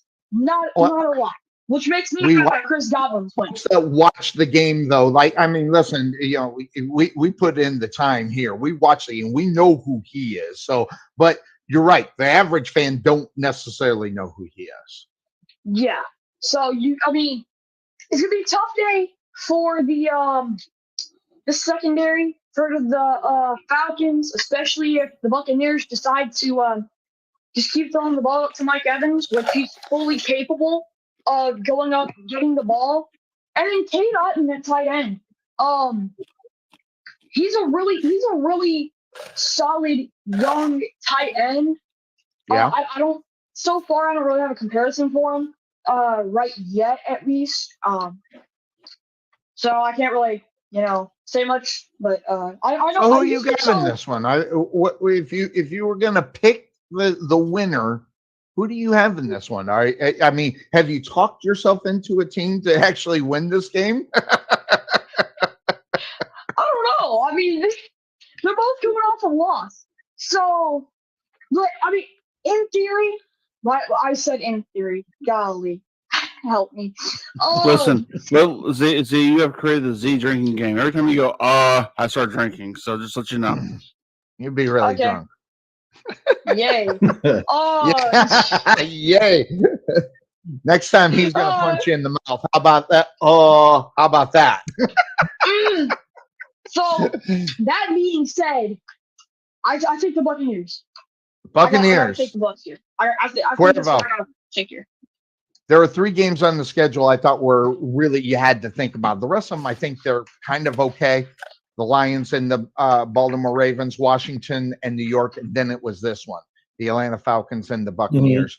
Mm-hmm. What is your take? I mean, because, man, Atlanta can't get out of their own way, but do you think sooner or later they've lost 5 in a row? I mean, are they going to go? It seems like they're going to go 6 in a row here as they're on the road taking on Tampa Bay Buccaneers. Yeah, is it better? Am I still delayed or no? You are better. No, you're good. Yeah. And you're caught up too. A restart of the old laptop helps. Got it. Why don't you go get some more memory in that damn thing? It's $40. Take it up to the Geek Squad. Throw in another. What'd you say? This idiot right here. You gotta love him. Just shut up. Anyway, this one's tough. This is one of the tougher games. You just gotta play along. Yeah, I know. Got it. Yeah. So what's your take? If I say something, let me just throw a disclosure out there. If I say something out of whack, like what the hell is Quail talking about? I haven't watched a whole lot of football the past couple of weeks. Thank you, wife, but I haven't really watched a whole lot. So if I say something, you're kind of like, what?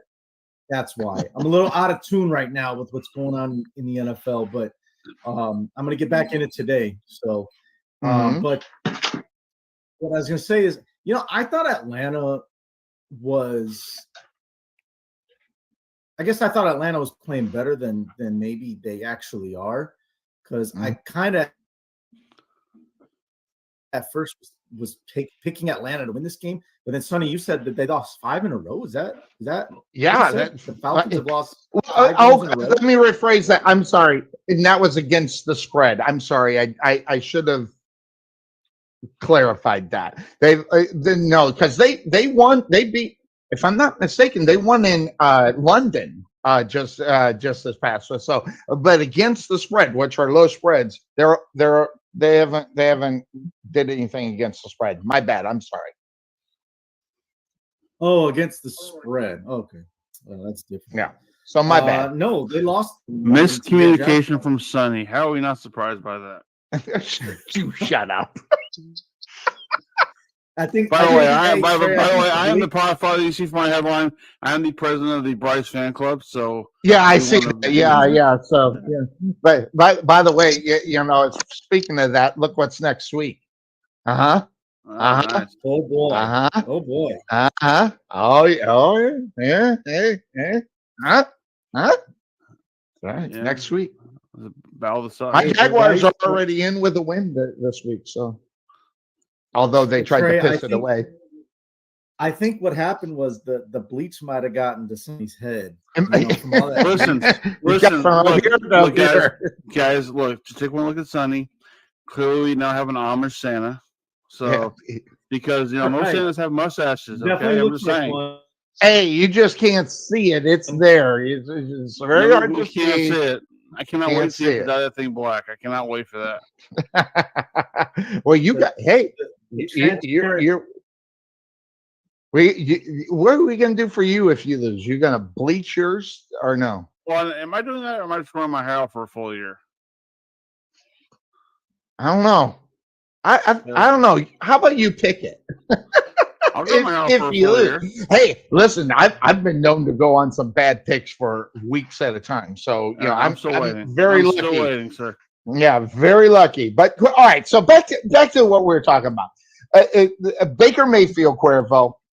Riddler. I almost called him Riddler. Ritter. That's how much of a joke he is. I thought that this was a team who decided that Ritter's going to be the guy. He's going to be, and so far he hasn't really shown, what traditional, franchise quarterbacks can do week in and week out. But then again, not a lot of time out on the football field. So in this one, what do you think? Who do you think is going to come out on top? Yeah, I like Tampa. I guess I thought of Atlanta a little more different than what they actually are. So my thing is because Z mentioned. By the way, nice to see you again, Z. It's been a while. You mentioned Mike Evans and those receivers that they got down in Tampa, and I just don't see who's going to cover them for the Falcons. Like, who's a guy? AJ Terrell's a nice corner. I don't even know if he's playing or not. Like, that's how out of tune I am with the Falcons. I can the NFC South. I can let you know to my right. Would know than I do. Yeah, so I don't even know if he's playing, if he's or if he's just having a bad year, and that's why I haven't heard from him. But I just don't know who's going to stop the passing attack, if you want to call it, of Tampa Bay. As long as Baker doesn't turn into turnover machine Baker, which does happen, right? Then I think the Bucs win with ease. Yeah, the Atlanta Falcons, as far as injuries are concerned, no problems there. Who were you asking about as far as the injury was concerned? There's that short-term memory thing working again. The cornerback for Bleach. AJ Terrell kind of burning themselves. Yeah, AJ Terrell. No, he's not on the injured list right now. So there you go.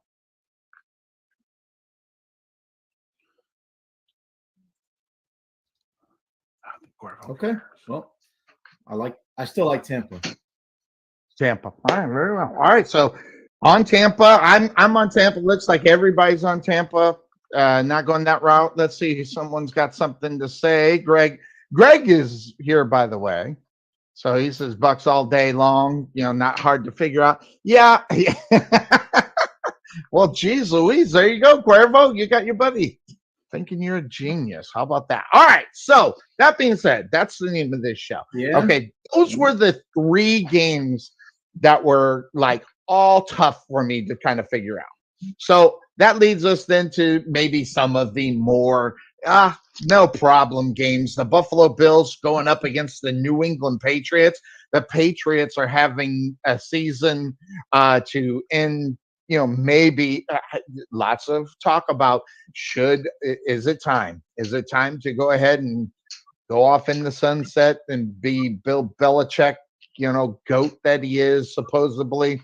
Has the game got there's a rumor past going on him? right now. Rumor going on right now that the Commanders might be interested in bringing him in. Wow, wow.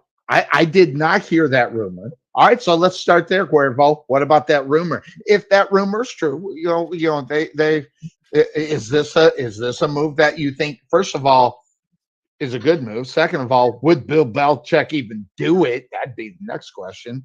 Or third, all around, does he just stay in New England and moved into, like you said, I think a couple weeks ago, move into the front office? No, I don't see him coaching after New England. To be honest with you, I just don't. Yeah, I don't think it's. I don't see it happening. Yeah, I don't see him going anywhere. Why would he? I mean, it would go from one bad team to another. I mean, in reality, Chico is, having a hard time there in Washington. He's going to have a hard time keeping his job unless they start winning. They might get the win today. Who knows? Because that'll be one to watch. But that being said, this game, Buffalo Bills and the Patriots, Trey, I mean, we're not seeing the Patriots of Tom Brady, or even the first 2 years after he left. They were still a pretty good, solid football team. Defensively, they've always been there, kind of, regardless who they get, to come out there to do what they're going to do. So that being said, I mean, what's your take up on this one? Dude, Belichick has lost all faith in Mac Jones. That's not good. That is not good at all. And I'm sorry, but when your coach loses faith in your supposed leader of the team, it's never a good thing. So, Bills are the Bills right now, and the Bills are going to be the team in the East out there to really do the thing right. It's so ripe for the picking for them to actually dominate that division right now. I mean, the Jets aren't anything. The Patriots aren't anything. I mean, the only thing that's going to give them any issues is going to be Miami. So what? Yep. Tough division for average football teams, right? I mean, right. But here's the thing: New England's not even average. Yeah, that's what I mean. The Jets aren't even average. So, you got the Bills, and then you got the rest of the other two teams, except Miami. You legitimately have the haves and have-nots there. Okay, so look, as far as Belichick, if he wants to challenge to go to Washington, I mean, that would be a challenge. Is he up for that? I don't think so. Because once again, the longer he stays involved in the league, that keeps him further away from the Hall of Fame. So, if he was going to close it all out and say, screw it and done, walk into the sunset, go be an analyst for ESPN, that could be a thing. And it could, because he's done it before. Right, or the NFL Network or whoever. So, I truly do think that the Bills are going to win regardless. But my question is, when does it officially become official, as it is, that Mac Jones is no longer the quarterback of that damn team? It's interesting too. They got a young kid, Zappy, who came in last year a couple of times, who showed up and played fairly well. And at times, I was thinking, well, what's the difference between Mac Jones and Zappy? Nothing in reality. They're the same guy in reality. But then you have to ask yourself the question, who's going to win on a consistent level?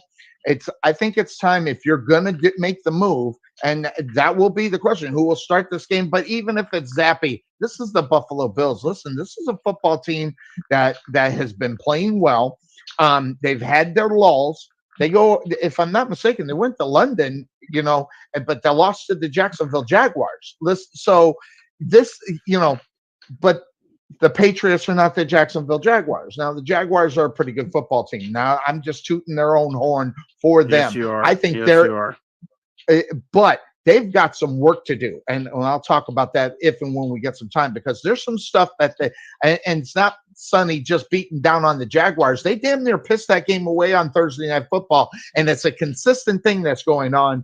And not only that, when I mentioned it, I typed it over to Tom McManus. He said, "You're absolutely right. What they are doing, the consistency from the Jaguars are going to have to get up." That said, as far as where the Buffalo Bills are and what they are doing, they got to get back to that mentality of winning football games. What a great game to get that from. But how is Bill Belichick going to respond? Listen, I just said Bill Belichick. How's he going to respond? Who's going to start? Who's going to play? Why are they going to play? How much time, if Mac Jones starts and plays, will he get before he pulls him? So lots of questions that are happening over in New England right now as far as the team is concerned, based upon the head coach, not the players. I mean, it's the head coach. So Cuervo, RZ, I don't know what's your take quickly when you think about what's going on with Buffalo and New England. What's your take upon this one? Well, let's put it this way. I think everyone can agree the Bills are better than the Saints. I think we can all agree on that. So, if the Saints beat the Patriots, 34-0, why not take the Bills beating the Patriots more than 34-0? They hold the Patriots scoreless today, and they put up at least 40 points on them. That's my take. A 40 burger. 40, yep. I mean, maybe this is a Miami game. I mean, that sounds like a slapping of the table right there. Yeah, that sounded like it to me. I mean, working around that. I don't think anybody in reality is going to go, the Patriots. And someone within our stint picks the Patriots. I think that would be something they got their eye on something, but I don't see how it is. Even Jacksonville is better than the Buffalo Bills right now. Just kind of that. Now that was a homer stab right there, but take away. Well, it's about time. It's about time you blow about your Jaguars a little bit. Well, hold on. Did you watch that game Thursday night? Did you watch that game Thursday night? I did. Yeah. All right. So what I'm about ready to say, right? They start believing their own hype. The Jaguars are believing their own hype, and they are they damn near lost that game against, no offense to Z, the Saints suck too. I mean, so I just said it. Suck. His eyes almost fell out of his head. They suck, okay? And they should have buried them. After that first drive, they looked like they would beat them 42-14. And then they started making those mental mistakes, stupid mental penalties as well. This is a football team that I think Peterson needs to grab by the cojones, okay, and say, listen, you guys are good, but you're not playing up to your potential of what you can be doing. You make stupid mistakes, and defensively, they almost let a bad Derek Carr, who got rocked in the groin, come back and beat you at the end of this game. That was inexcusable. And if that's a different football team besides the Saints, they lose that football game. So, yeah, although I'm glad they're 5-2. Yes, I'm glad they have won 4 in a row. I'm loving all that crap. But as far as consistent football going into this time, we're getting close to what? November. We're 2 weeks away from November, where the NFL gets going, starting in November. And they better pick it up, because they got three other football teams that are really, really good that they got to face in their schedule, and they're facing them at the wrong time. If they're going to be good football teams, they might get wiped out. So the Jaguars, as great as they are, and love seeing them, because this reminds me of the 90s Jaguars, early 2000 Jaguars. Love them, studs.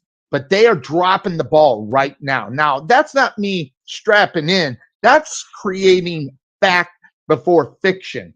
This team's buying into their own BS about them being great, and that's the problem right now with the Jaguars. I don't know, Cuervo, what's your take? Are the Jaguars ready to be primed to go into the playoffs, win at least two playoff games? I don't know about 2. I think they can win 1 Mhm. for sure, just like they did last year. I think they're right. I think they're still kind of at that same level. I don't know agree. that they've improved enough yet to take that next step and win a divisional playoff game. I think they can get the wild card. They Yeah. can take care of wild card business, but I don't know if they're quite ready for divisional playoffs yet. So. They're not ready for prime time, is what you're saying. And I agree with you 100%. Yeah, well, I think there's a small difference there. They're not. They're one of the better teams in the AFC, but they're not cream of the crop. KC, Buffalo quite yet. Yes. But so are we going back to calling them the Aints? Is that what I'm hearing, right? They're back to being do you got a bag somewhere in the house, Z, where you can next time you come up? I did it. I did it last year. Remember, I did it last year. I wore a bag for the Jaguars because they were best you ever looked too, really. Yeah, it definitely. I got more dates. Women calling me for dates for after I did that. But do you have a bag that you can throw over your head? Or are we going back to the Ain't States? Well, no, I am not throwing a bag over my head. I'm gonna be completely honest. Whoa.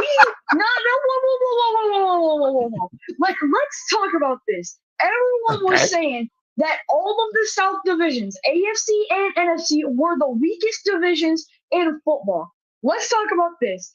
We had, a discussion about, who's gonna win, the Bucs or the Falcons. That's basically like, we were having such a debate about that it's hard to choose which team is going to play worse and which team is going to play better against 2 bad teams.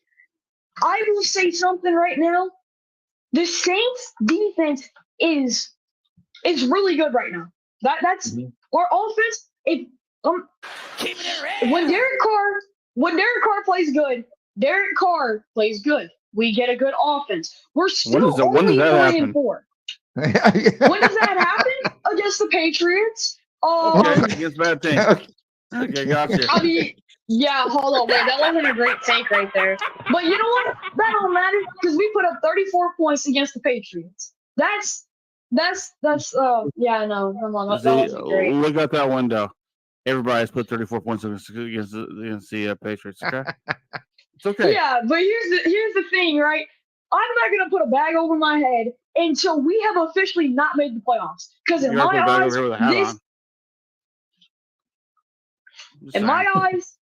eyes, we can still make the playoffs.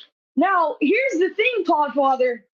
You can't be telling me to put a bag over your head when your team hasn't even made the conference championship in almost 30 years. Like, I mean, I'm just saying. Okay. Well, can I say something before you keep interrupting me? Go ahead. Here's the thing. I know who the Cowboys are. I'm aware. I'm a realist about it. Okay, they suck. Yeah. When it comes to playoffs, I get it. Doesn't mean I want to see. Doesn't mean I'm going to stop watching them or pull for them. But I'll be honest about them, and I'll call a spade a spade. Honestly, their win against the Chargers past week, there were 2 even teams. Yes, that game could have went either way. That game could have went, and it almost did. It almost did, right? So, look, Cowboys escaped with a win. Surprised they did it, but they did it. No, regardless, they got a bye week. Probably not going to solve anything because their biggest cancer of all sitting in the front office. In my opinion. Surprised. Now here's the thing, though. I don't know if y'all have noticed, but the Saints are a second half team, or at least offense. At least for the offensive side of the ball, we play best in the second half of football. Our defense plays good basically all around until maybe the last half of the fourth quarter.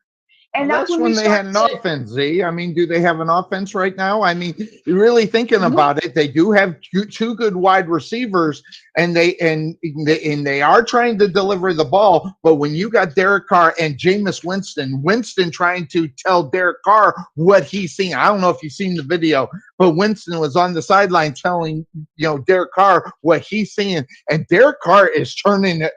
I think I probably would too. It just turned him off. He wasn't even taking 2 seconds to listen to what Jameis Winston said. But they got to put it together with Derek Carr. I mean, this is not the same Saints team that had Drew Brees at the quarterback. So when they are coming back in the second half of it, a lot of it has to do with Drew Brees being able to score. Are they going to be able to score with Derek Carr in the second half? Well, I mean, yeah, we've seen it. The Saints haven't scored a touchdown. I'm pretty sure we haven't scored a touchdown in the first half all year. But here's the thing. We come back as a second half team. And here's the thing, son. You said 2 receivers. You're forgetting one guy. One guy that goes by the name of Rashid Shaheed. He is a monster. I don't know if you were saying, like, you know, like if you were leaving out Michael Thomas or Chris Olave, but if you were leaving out Rashid Shaheed, he's not just a kick returner. He can catch too. I mean, he straight up, flat out mossed a Texans defender. Honestly, we should have won that game, but you know the referees and their flags. They Here we go. The referees, in my opinion, hate us. Which is why I hate the Zebras. Yeah. Yeah. You said they're a second half team, right? Yeah, we're second half team. Okay, fair enough. 2021. Let's say you're on week 10, okay?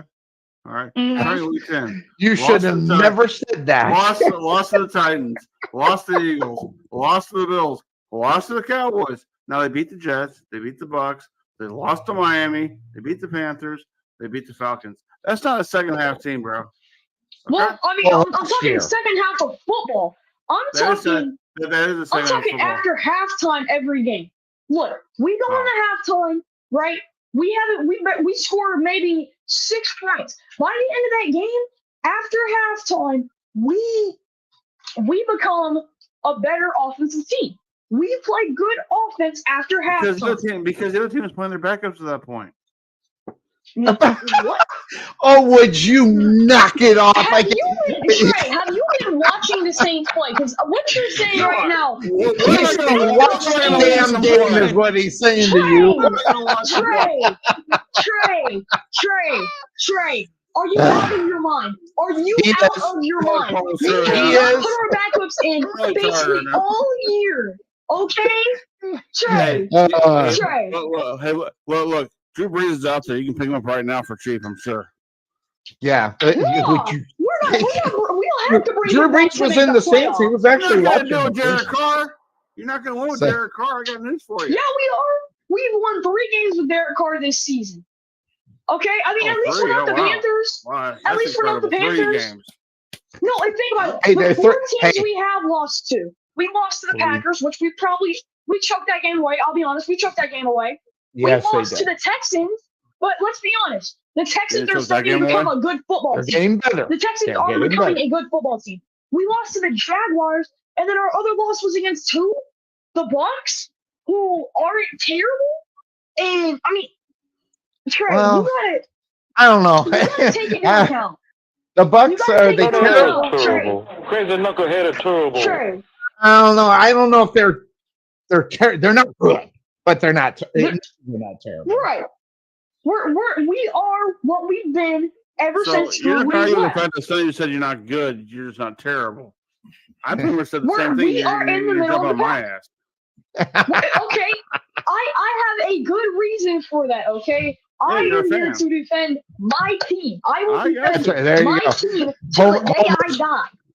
I beat the Jaguars up. You guys give them too much love, so maybe that's it. I don't know. I got a high school buddy of mine. He's putting together me a new podfather this year. He's a diehard Washington fan. He hates the fact they're called the Commanders. You know what? Yeah. He will live and die by whatever Washington does. And when they beat the Cowboys, which they did twice last year, you know what? He rubbed that in my face for as long as he wanted to do. But then he should have. Which he should have. Fine, fair enough. But here's the thing. That's probably the only 2 games they won last year too, I think. So I was like, look. That's a good point. That's, you know, I mean, you can go all you want. The fact is, if you're not a good team, you're not a good team. Look, it's okay. New England's going to have to rebound. So all the other teams that suck. Even the Cowboys got to rebound. Well, they'll never do it. But they'll have to rebound. So clearly, I get what you're saying. I was your age too. I was a big fan of the Cowboys back when they lost in the 80s. Back when they lost in the early part of the 90s before they started winning Super Bowls. So yeah, I get it. I'm right there with you, bro. Look, I'm just saying Derek Carr is not the answer, okay? He's not the answer, but he's better than Andy Dalton. Well, which is why I mean he's better than Andy Dalton. Everybody's better than Andy Dalton. honestly, I think Carolina might as well start Andy Dalton. Bryce Young right now is not doing nothing. Okay. And you know what? Let me ask you a question. If the Cowboys could trade Cooper Rush to the Saints, would you take him? No, he's won. I would not. He's won. Okay, he's won, but here, I'll give you this. All right, I'll give you this. The Cowboys' offense, when Cooper Rush was playing, y'all still had Dalton Schultz, right? Yeah, that's true. Well, Schultz is now in. He's in Houston. He's now in Houston. Here's the thing, right? I'll give you Trey Cowboys Lance. have always had a pretty dynamic offense, like a good offense, right? This debatable. Debatable. But like, think about it like this. Right? Cooper Rush was waiting for his time to play. If he were to go to the Saints, think about it like this. If we're not throwing Jameis Winston or a rookie quarterback, Jake Hader in, and still keeping Derek Carr in, what makes you think that we would put Cooper Rush in? Really? I mean, if we're not already throwing in our backups, what makes you think that we would put Cooper Rush in? Because Cooper Rush is a better quarterback than Derek Carr. Is he though? Listen, I have no love for Derek Carr, but I'm not going to say he's better than Cooper Rush. All right, now. Cuervo can't even stay off the couch. He almost fell off the couch. I'm telling you right now. But anyway, time out. Cuervo, do you think the Bears would not want to take a flyer on Cooper Rush right now, considering what you have right now? Oh, my God. So it's funny you bring that to me because I'm sitting and listening to you guys debate about who's a bad team and who's, and I'm like, y'all forget who my team is? We ain't talking about the battle of the Sluck game going on. I mean, we'll get there. It's just the Raiders and their backup versus the Bears and their backup. Good luck with all that. That's like a preseason. Oh Lord, you guys are killing me up here. Preseason football comes anyway. In week 7 of the NFL. I'm excited about Tyson Bagent today. That's all I'm going to say. Yep. There you go. I am too. Hold on. That said, the Raiders. That being said, sir, it's the name of the show. Come on. Well, that being said, the Raiders and the Bears today. And the reason why I'm going to jump that, I'm not sure how long I get Cuervos today, so I want to make sure that we talk Bears because this is an interesting game because you want to talk about the rumor mill. The head coach is on the block. I mean, his neck is right out there, primed to be. It might as well be Thanksgiving, right? If you're a turkey right now. Now the Bears are in a position. This is a football team that has nothing to lose. And the Raiders, on the other hand, they're not going to lose their coaching. The coaching is set. They're fine. They just need to get some more players. And Cuervo and I, we've discussed this. They just need some more players. And that might happen this offseason. They might be better. That said, the Raiders and Bears in Chicago, I bounce back and forth with this one, Cuervo. Seriously, not just, to take a stab at your Bears, just more in the fact that I don't know about Justin Fields. I don't know if this guy's going to be able to. And then you got Crosby coming from the defensive side of the ball that is getting to the quarterback a lot this season, even kind of ripping them and getting a couple of good unsportsmanlike conduct penalties against him. This game has me up. This was the fourth game that has me confused on who to take. Outside of being a homer, and more so than you got that. Now, normally I'm going to say Brian Hoyer sucks. Brian Hoyer does suck. Right now, Justin Fields kind of sucks. So right now, your quarterbacks are kind of, they both suck. So I'm going to ask Cuervo, outside of Justin Fields, unless he really honestly thinks Justin Fields is going to be a big part of this game if they win, what do the Bears have to do to beat the Raiders today? We'll trade you Trey Lance. Well, So in case your memory's a little fried from the bleach, Sonny. Yeah, Justin Fields will have zero impact on this game because he's out. He's out. He's got the dislocated did thumb. not know that. I He have can't not football. looked at it. I just said they got two backup quarterbacks playing each other, so you should listen to your show. Yeah, here we go again. I'm gonna knock this guy out next time I see you. I swear to God. Hey, whoa. Here's the wife.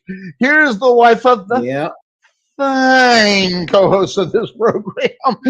Just ripping into Cuervo's Bears. I don't know. The Broncos deserve to be ripped. She is having a ball with you. By the way, she's too good looking for you. That's number one. Number two, she makes me laugh all day long. So there you go. Yeah. I gotta say, I got very, very lucky. You traded up big time. You did good. You got to keep your coverage, sir. Yes. So, all right. Now back to the original question: how the Bears are going to beat the Raiders today? Is it going to? So no Justin Field. Who's starting then today? Cuervo, inform me. So again, I'll mention the name. Tyson Bagent is the starting quarterback for my Chicago Bears. Now, who the hell is that? No, that's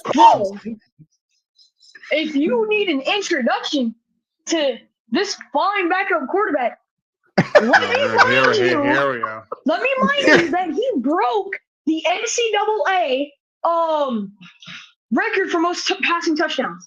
Now, this guy, yeah, I get it. He came out of a Division II college football, which might be the reason why he broke the touchdown record. But still, he looks impressive. I've seen him. I've seen videos on him.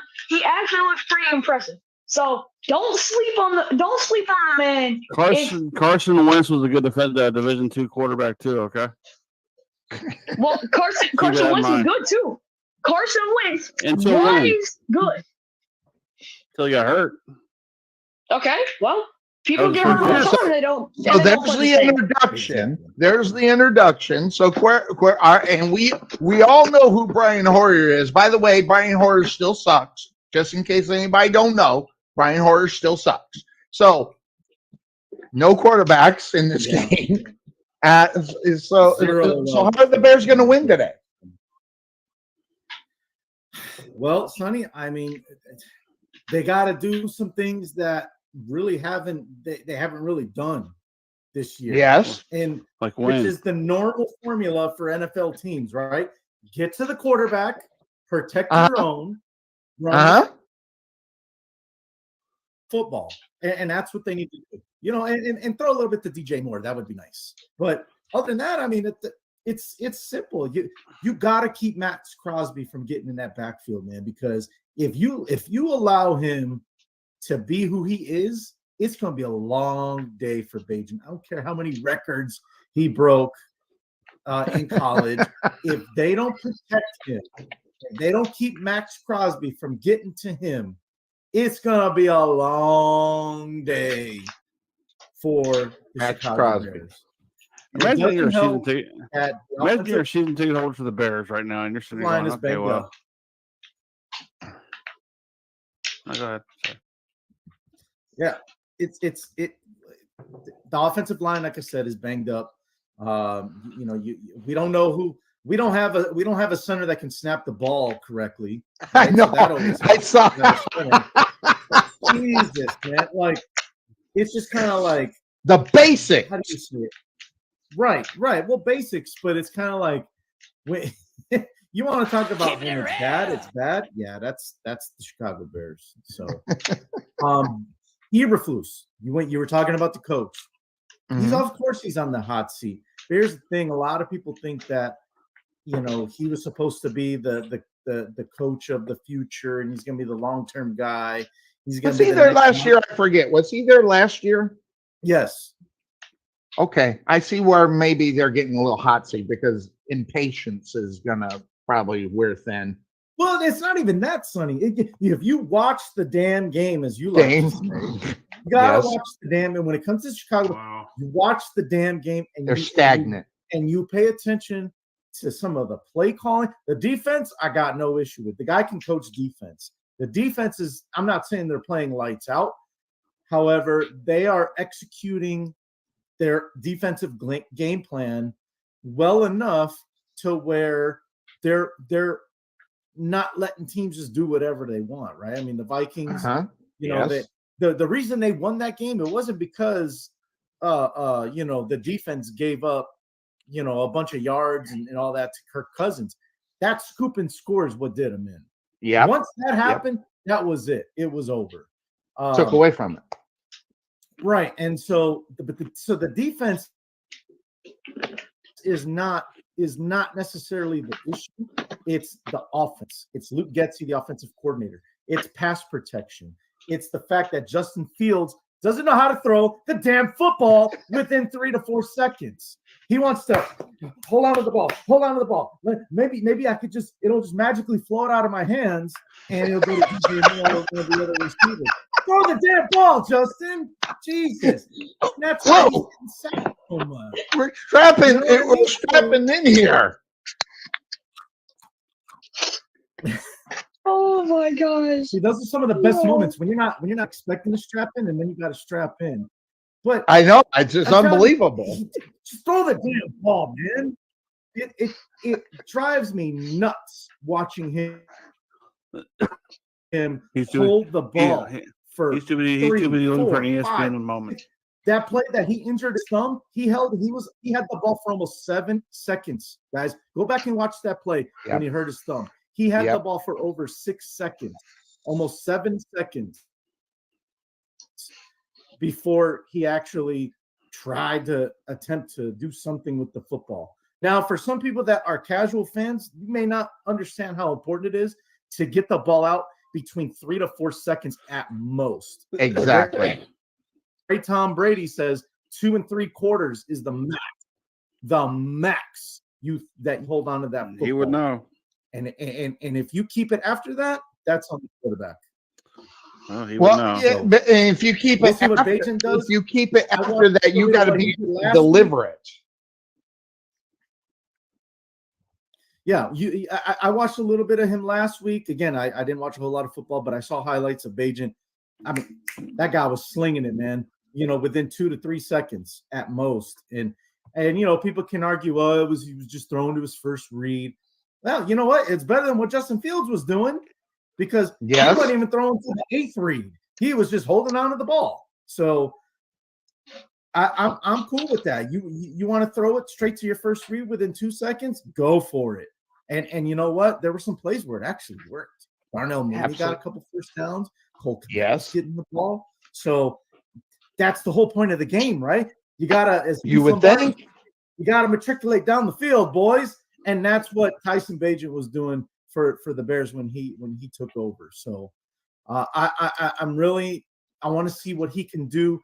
He's been practicing with the first team all week. Of course, we all knew Fields wasn't going to play in this game. Except for Sonny, he had no idea. He had first team reps all week, and so it's going to be interesting to see how he can play, how he's going to look in a full game from start to finish. And I'm still not picking the Bears to win, but I do want to see what this kid's got.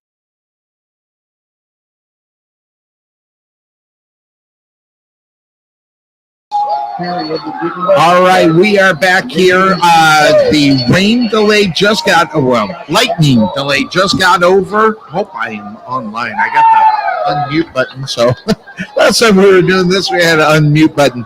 The delay's finally over.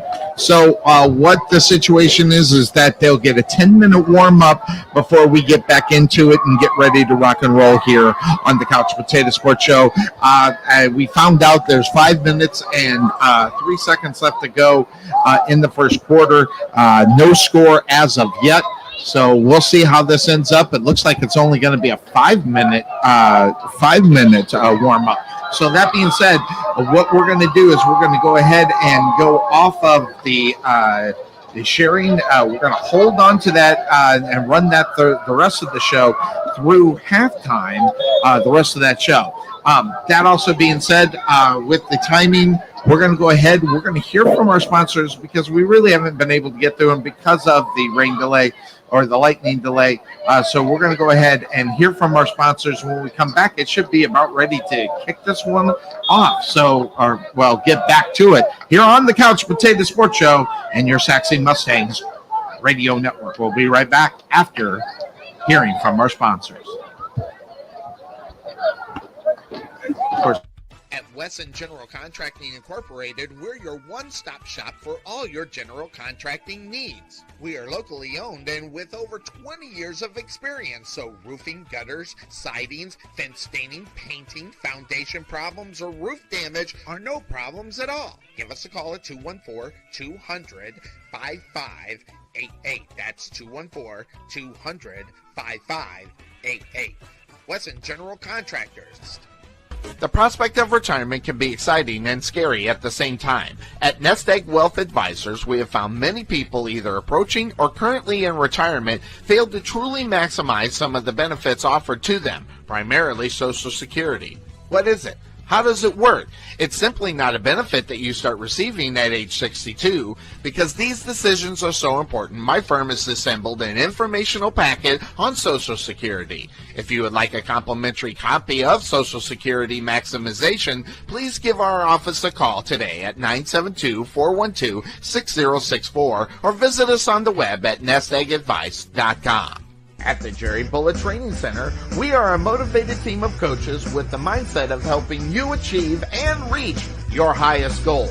Having developed and trained over 100 Division I athletes as well as Division II athletes, even professional athletes, the Bullet team definitely has the knowledge and mindset to take you to the next level. Check out our new 22,000 square foot facility and 3,000 square foot weight room, along with 4,500 square feet of outdoor turf and covered training area, along with football and soccer field. Contact Melvin Bullitt at 214-326-7853 or visit their facility just outside of Waterview at 8900 Princeton Road in Rowlett.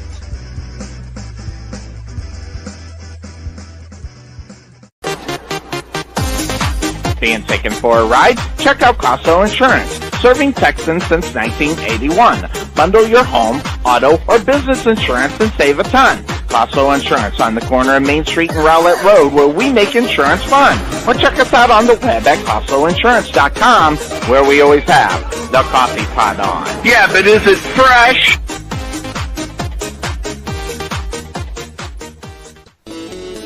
There is nothing that beats good home-cooked barbecue. Since 1941, Dickey's Barbecue has done all the cooking and you take all the credit. Come see us today at our Rowlett location, 5701 President George Bush Turnpike, Suite 110 in the Target Shopping Center. Whether you want to eat in or take it home, we will fix you up. For lip-smacking rib tick. All right, we are back here on the Couch Potato Sports Show as we are all set back from it. 5:03 left to go in the first quarter, no score. However, the Mustangs are threatening right now. So where they sit, it is where are we? It is first and goal from the 3-yard line because of the penalty right before the delay. They go ahead, hand it off. Norberg to the left-hand side, and it's pushing. He's not going to get in. He's going to be about to the 3-yard line, maybe a gain of 1, if that. Brings it to second down as we are back from a big long delay. I mean, I just saw a lightning strike, so I'm hoping they're going to ignore it. Well, and here's the deal. The difference now is that it's nighttime, it's dark, so you can see flash of lightning and still be at a good distance. All right, it's second down and 3 for the Sachse Mustangs. They hand it off. Someone lost a helmet, tried to tackle, so that should be a penalty, by the way. But they stopped them, and that's going to bring up a third down. It's hard to see out there. We're going to get some numbers here in just a moment when we get set. So it'll be third and goal for the Mustangs. Third and goal for the Mustangs as they're trying to get into the end zone. Let's see if the Mustangs can get that set as they back it up to the 4. So it's a loss of 1. So they need to pass the ball here, Bill. Well, and they were trying to, just trying to force the ball into the end zone. And you're right. They're going to have to come out and throw the ball here. George gets the ball. He runs to the side. Throw. Touchdown! Sachse Mustang. That was locking on the reception as George had to run to the near side. He started rolling and got that ball right into the guy who right before the weather delay was hurt. Seems like he's okay right now. He looks great, and George put that in a spot where only Lockett was going to get that ball as he was right on the sideline there. So great throw and catch. So they bring on the kicking unit with the kick, and it looks like was it blocked? And it's good. It went downtown for the Sachse Mustangs. So Mustangs get off to a 7-0 lead. 3:49 here left to go in the first quarter. Breakout on the football field means a break here on the Couch Potato Sports Show. We'll be right back. So you're saying I can ask this cat any question? The cat is connected to the computer. You just type in the question, it will read his mind. There the answer comes.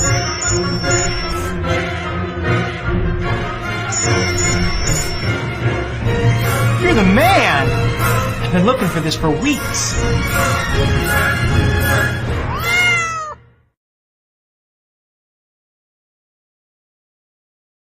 Okay, we are back here on the Couch Potato Sports Show, 7-0. Good to see the Sachse Mustangs get out to a start here. We're going to bring on the kicking. We'll find out who these guys here are in just a minute. Randy is on the far side. Here's the kick, and it's actually going to come to the near side. It's going to be grabbed at the 12-yard line, moving to the 20. Now we're on to the 25, missed tackle. Now to the 30, now to the 32, as they brought it back there and trying to figure all this out. On the push out of bounds for the Sachse Mustangs. Number 33, Ishiku. Hey, we're 9 games Watch in. out, I finally got it. Huh? All right, so that brings up the Pirates. First down and 10. 3:42 left to go here in this first quarter. Too near for the Wylie Pirates. One in the backfield, they go ahead and hand it off and get nowhere. And like we said earlier, this is where the Mustangs are best. Against the run is huge. So for the Sachse Mustangs on the stop the ball as well as number 43. Well, and you're absolutely right. This has been Sachse's strong point all season. Is that run game really bottle up the middle, just like they've come so far in the first quarter. All right, second down and 10. Back to pass, and we're just taking off is Bale, and Bale pushes it down. Maybe a gain of about 4 or 5 before he's brought down. Number 7 out for the Sachse Mustangs. That was Brunswick, as well as number 47, Bennett. But it brings up now third down for the Wylie Pirates as they try to get set. Third down and 3. Bale back in shotgun, 3 far, 1 near. They're going to look to the side and mark that. It is Fabian at, is that number 1? Or? Nope, no, it is Bale. That's Bale. So Bale at the quarterback, 3 far, 1 near, and 1 in the eye. Running the ball, that's Grandy. Here comes the man in motion. Now he goes back the other way, and it's going to be a timeout called by the Pirates. So quick breakout on the football field after the timeout. We'll be right back here on the Couch Potato Sports Show. Ever want to know why Bill and I look so great on our broadcast? Check out K West Designs on Facebook to find out why. Check out all the samples that Kelly has up so you can see, especially if you have a special occasion that needs something original or design or something that says, this is our moment. Check out K West Designs on Facebook or give Kelly a call at 469-601-5856. That's 469-601-5856. K West Designs. All right, we are back on the Couch Potato Sports Show. The excitement has been taken out of our sail. I think we're about ready to go into another delay. Yep, it popped it up on the board. Ladies and gentlemen, this is going to be a tough one here with the weather and where it's going. So that's a 30-minute delay. Yeah, the bluebirds are out. And we learned something while we were on the last break. There's actually a beacon light that is off the stadium campus or school campus, but there's city parks right here in the area, some softball fields, and there's actually a beacon light. If that light flashes, then that dictates whether there's going to be a lightning strikes within 10 miles. So we saw the lightning flash right above us, and we were like kind of concerned about it. And sure enough, we looked over there and it started flashing. Yeah, during the break, we kind of saw what was going on as far as that is concerned. So bad news up on that front as the Mustangs took a 7-0 lead. 3:36 left to go in the first quarter. And but this is a typical October. This is something we're kind of used to. For the last 3 years we've been having this kind of thing go on. Well, and we usually have it earlier in the season, but because the weather here in Texas has stayed warm a lot later than we're used to. I mean, you think about it, we're almost in November and we're still in the 80-degree weather. You're right. We do have these thunderstorms when you get from that summer to fall. Well, the summer kind of prolonged and kept those temperatures up. And now that we're getting into those cold fronts coming in, now we're seeing those weather issues. Yep. So again, 3:26 left to go here in the first quarter. They're going to go into that delay, and that is there's no telling on how long it will be after that, depending on what ends up happening. See if they could in the game. Maybe it'll go to another spot. So that being said, we're going to go ahead. We'll go back into what we were doing from before. That means we'll go ahead and bring in the show that we do on Sunday, every Sunday. This is just a replay of it. Now keep us going until we get that all set and ready to go. Right. What didn't that work? Here we go. Share screen, and we'll bring it back to that being said, I catch us Sunday, 9 to noon. We'll bring that back in. All right, so that's set. Then that's set. Who do you have in this game? Are you going to take your Bears, or are you going to go on the other side and go with the Raiders? The Raiders. The Raiders. Well, I just said I'm not picking the Bears to win. You sure listen to your show, Sonny? Really? He does this to me. He says he's not picking the Bears, but he just won't say the other team's name. It's just like almost every team is Green Bay now. Oh no, I'll say it. I mean, my wife's probably gonna puke in her mouth, but the Raiders are gonna win. Raiders gonna win. All right, so Mr. Trey Mack, Bears real quick. Yep. This is a very unusual week in our household, guys, because we're actually rooting for each other's teams more than our own team. So, and that's sad. That comment right there. That's exactly what I'm talking about. That's interesting. Guess what? We've got somebody in the green room. What? So what? He is here. He is here. The king of the what and the best smile on the internet. I always can dig it, by the way, just in case anybody don't know. I can always dig it. I'm so glad Mr. Brights is in the room here. Oh, did I add him? Yeah, he is in there. The best smile on the internet. Bryce Brembrook. Look at that. Look at that friggin' smile. Unfriggin' believable. Sonny. Here we go. So, Sonny, you took away the headlines. Oh, okay. By the way, there's headlines. By the way, in case you didn't know, Bryce, take a look at Podfather's. The love affair just doesn't end. Feelings mutual. The feelings mutual. Yeah. Can you switch Podfather and I's screen so that way him and Bryce could be next to each other? I wish I could. There is a way to do it. I don't know how to do it. Sonny, if you click on the screen, you can move them to the screen. So I could move this guy right. Well, there it is. I did. Wow. Something so small. Aren't you guys kissing? Feel better? I don't know, but we don't have to do that. We have to do that. Yeah, we ain't got to do that. I'm going to pass on that.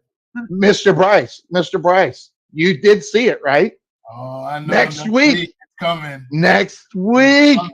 It's coming. I'm pumped. Does this mean you're finally going to claim your Jaguars as your? I don't know. I want to see what happens with your Pittsburgh Steelers today. Wait, are they on the bye? No, they're not on the bye. They're playing. That's right. They're over.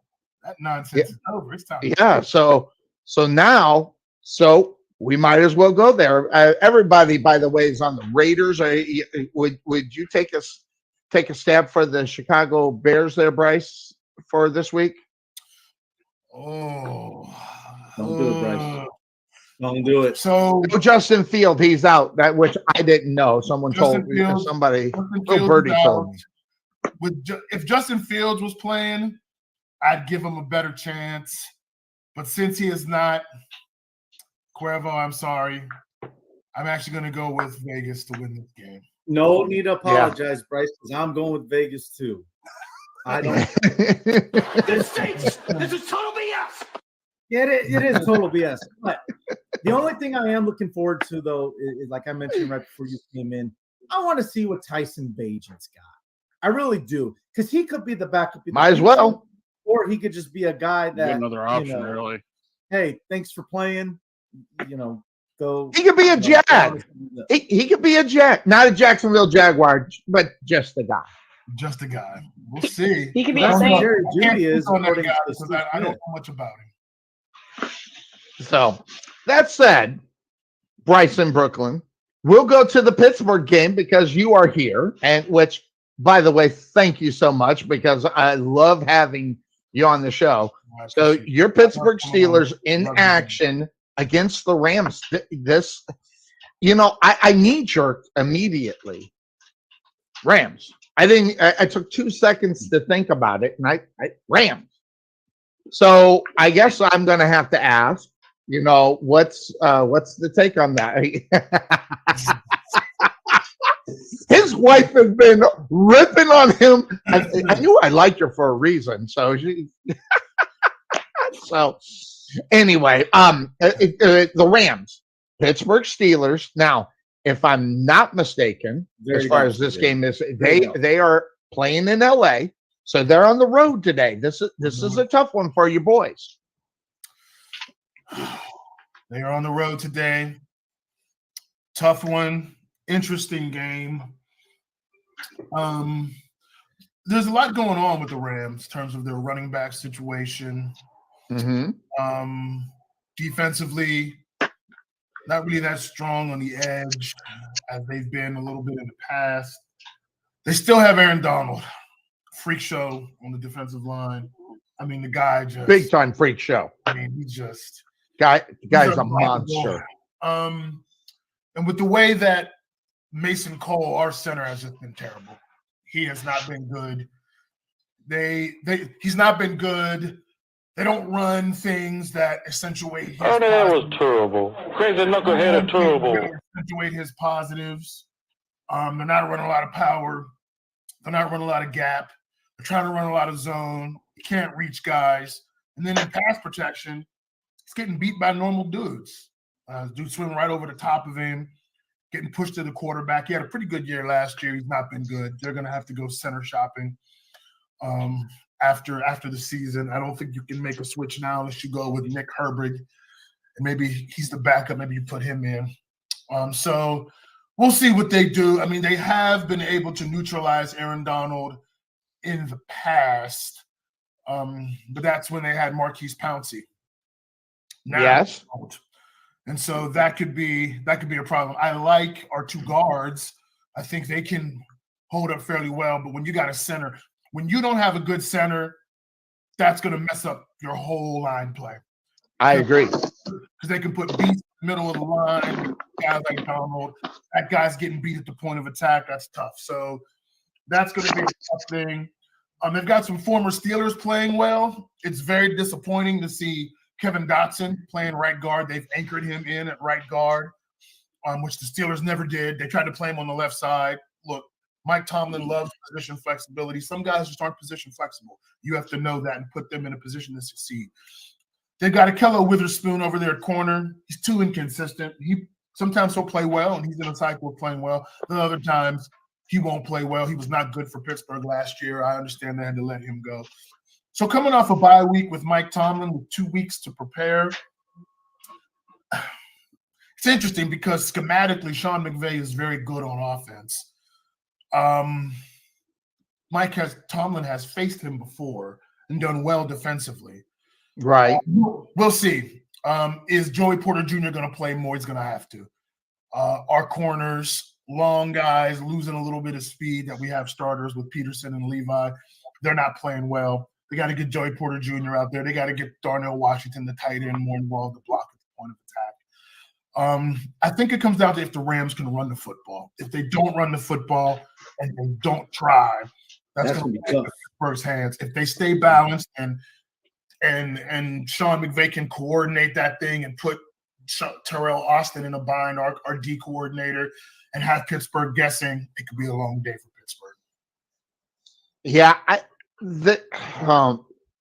I don't like betting against Tomlin coming off of a bye. I don't care how bad they are, or they're not playing well. They get the extra 7 days. That's a big plus. But Cuervo, I don't know. The Rams are playing like no one really expected them to in reality, but you're getting Matthew Stafford playing well. He's fine. Hey, the return of Cooper Kupp is a big.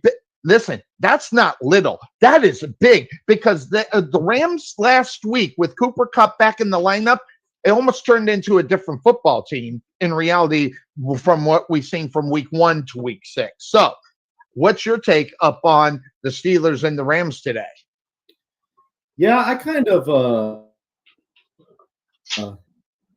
had a knee-jerk reaction too, and at first was like, "Oh, Rams," but I kind of,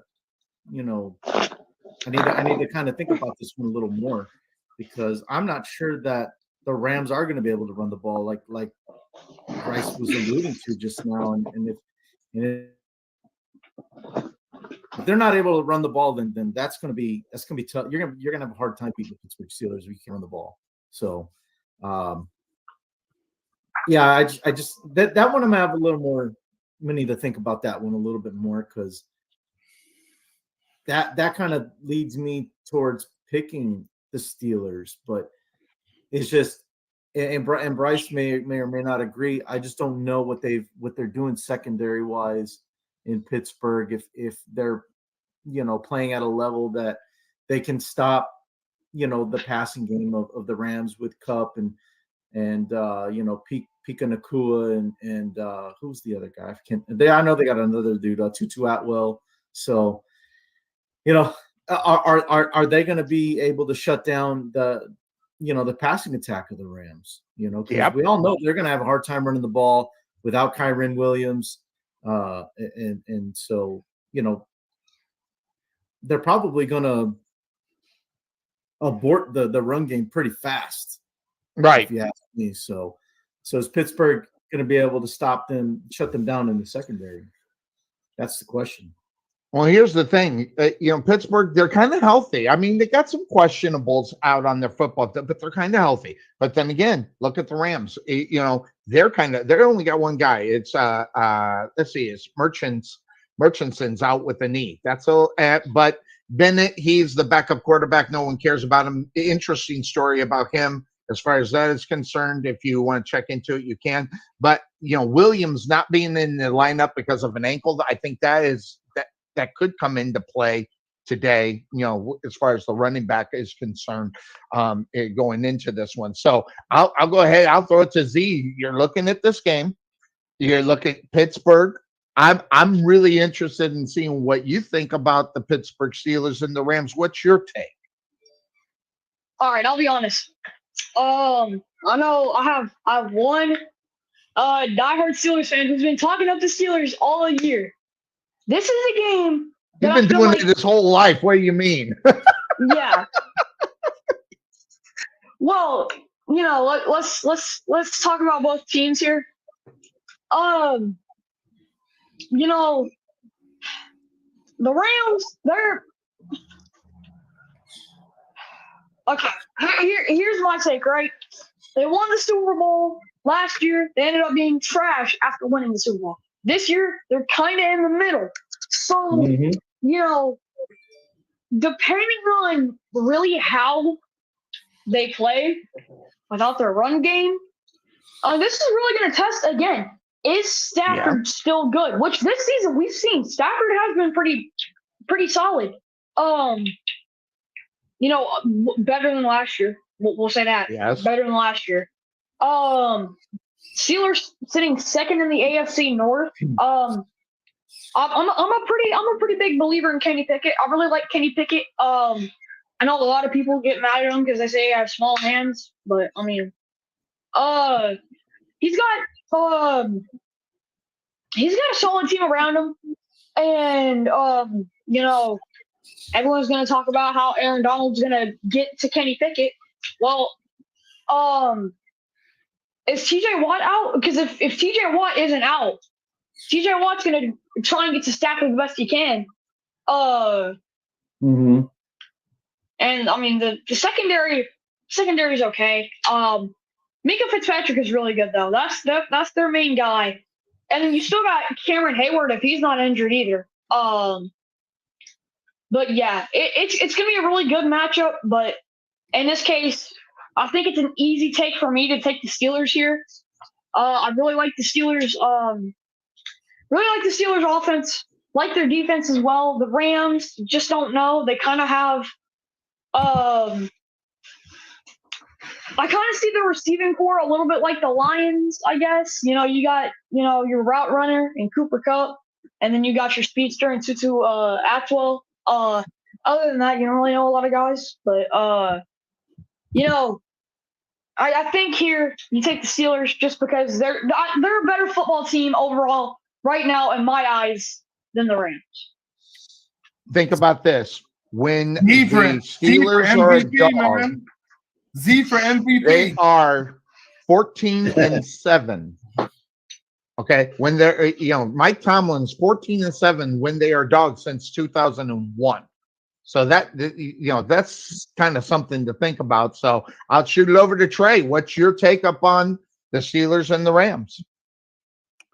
Is Matt Canada still the offensive coordinator for the Steelers? They won't fire him. You know what, Cuervo? You know what's interesting? He's got he butters me up with the great headline, fan club, and then I give him a hug and I turn to the crowd and then he hits me with a chair. Yeah, yeah, definitely. Better be careful. He's gonna hit it. Look, I honestly, this game can go either way. Okay, I mean, the Steelers, when I pick against them, they play good. When I pick them, they play bad. So I can't. You ain't lying. So I know that feeling. But having said that, not the name of the show, by the way. The Rams need to win this game for one reason only. They got to keep up with the Niners. Okay, good point. They are the second best team in the West, and they have to stay in par with the Niners, because if the Niners fall again, they got to be one step ahead of them as best they can. And winning a game like this is crucial to a team like the Rams. I think McVay knows that. I think he's got this team ready for it, because once again, this team has won before. The Steelers have not recently. Okay, so I think once again it's a pick 'em for a lot of people. I know Z is very highly on the Steelers. We know Bryce is. I know a lot of people, and this can go either way.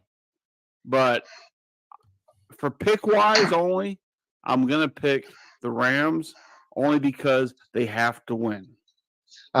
And for the love of somebody to your side there, and That not being me, God. he's got some big hope for Bryson Brooklyn. Got that heart going. Your Cuervo, go ahead. I've got a question for the best smile on the internet. Do you have your towel next to you? Because I've got an idea, and I'm going to run this by Sonny after the show. Towel is always near me, even if it's not on my shoulder. Okay. Here's what I'd like. I have a request, Bryce. I'd like for you to grab your towel, okay? And I need you to put up 3 fingers, and then I need Sonny to capture that. So can we make that happen? Is that possible? Absolutely, it can happen. I'm good at it. That's on by the way, Bryce. Z Bryce want to do it. First, I have to know: am I getting set up for a chair shot? Absolutely not. This is the opposite of a chair shot. I think, you know what? I'm just going to say it right here live on the show. I would like to see Sonny, you being the main host of the show, right? Jaguar fan, president of the Jaguar fan club in the show. Oh shit. You missed this. You missed the strap in a little earlier. So I had one. I had a small strap in on Justin Fields because he doesn't throw the damn ball. Yeah. But I think we need to make a segment for Bryce. Okay. We got to call it. We got to think of a name for it, but it's going to be the 3. The Pittsburgh Steelers victory. And he's got his towel in his hand, and then we just give Bryce the floor, man.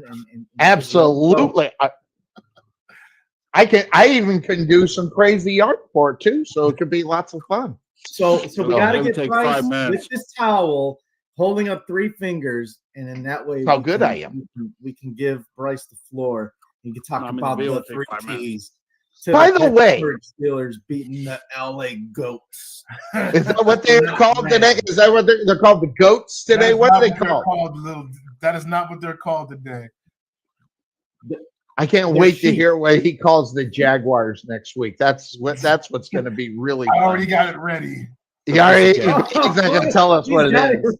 The Jacksonville Pussycats. It's even better than that. Okay. It's better than that. The baby leopard. It's even better than that. Listen. The model in which Pittsburgh is trying to win right now is not sustainable. You're right. Keep the game close. Get splashed from your defense. Win it at the end. Do enough to sustainable. That's the Parcells way. That's the Parcells way of playing. Yeah, it's not sustainable. And let me tell you something too.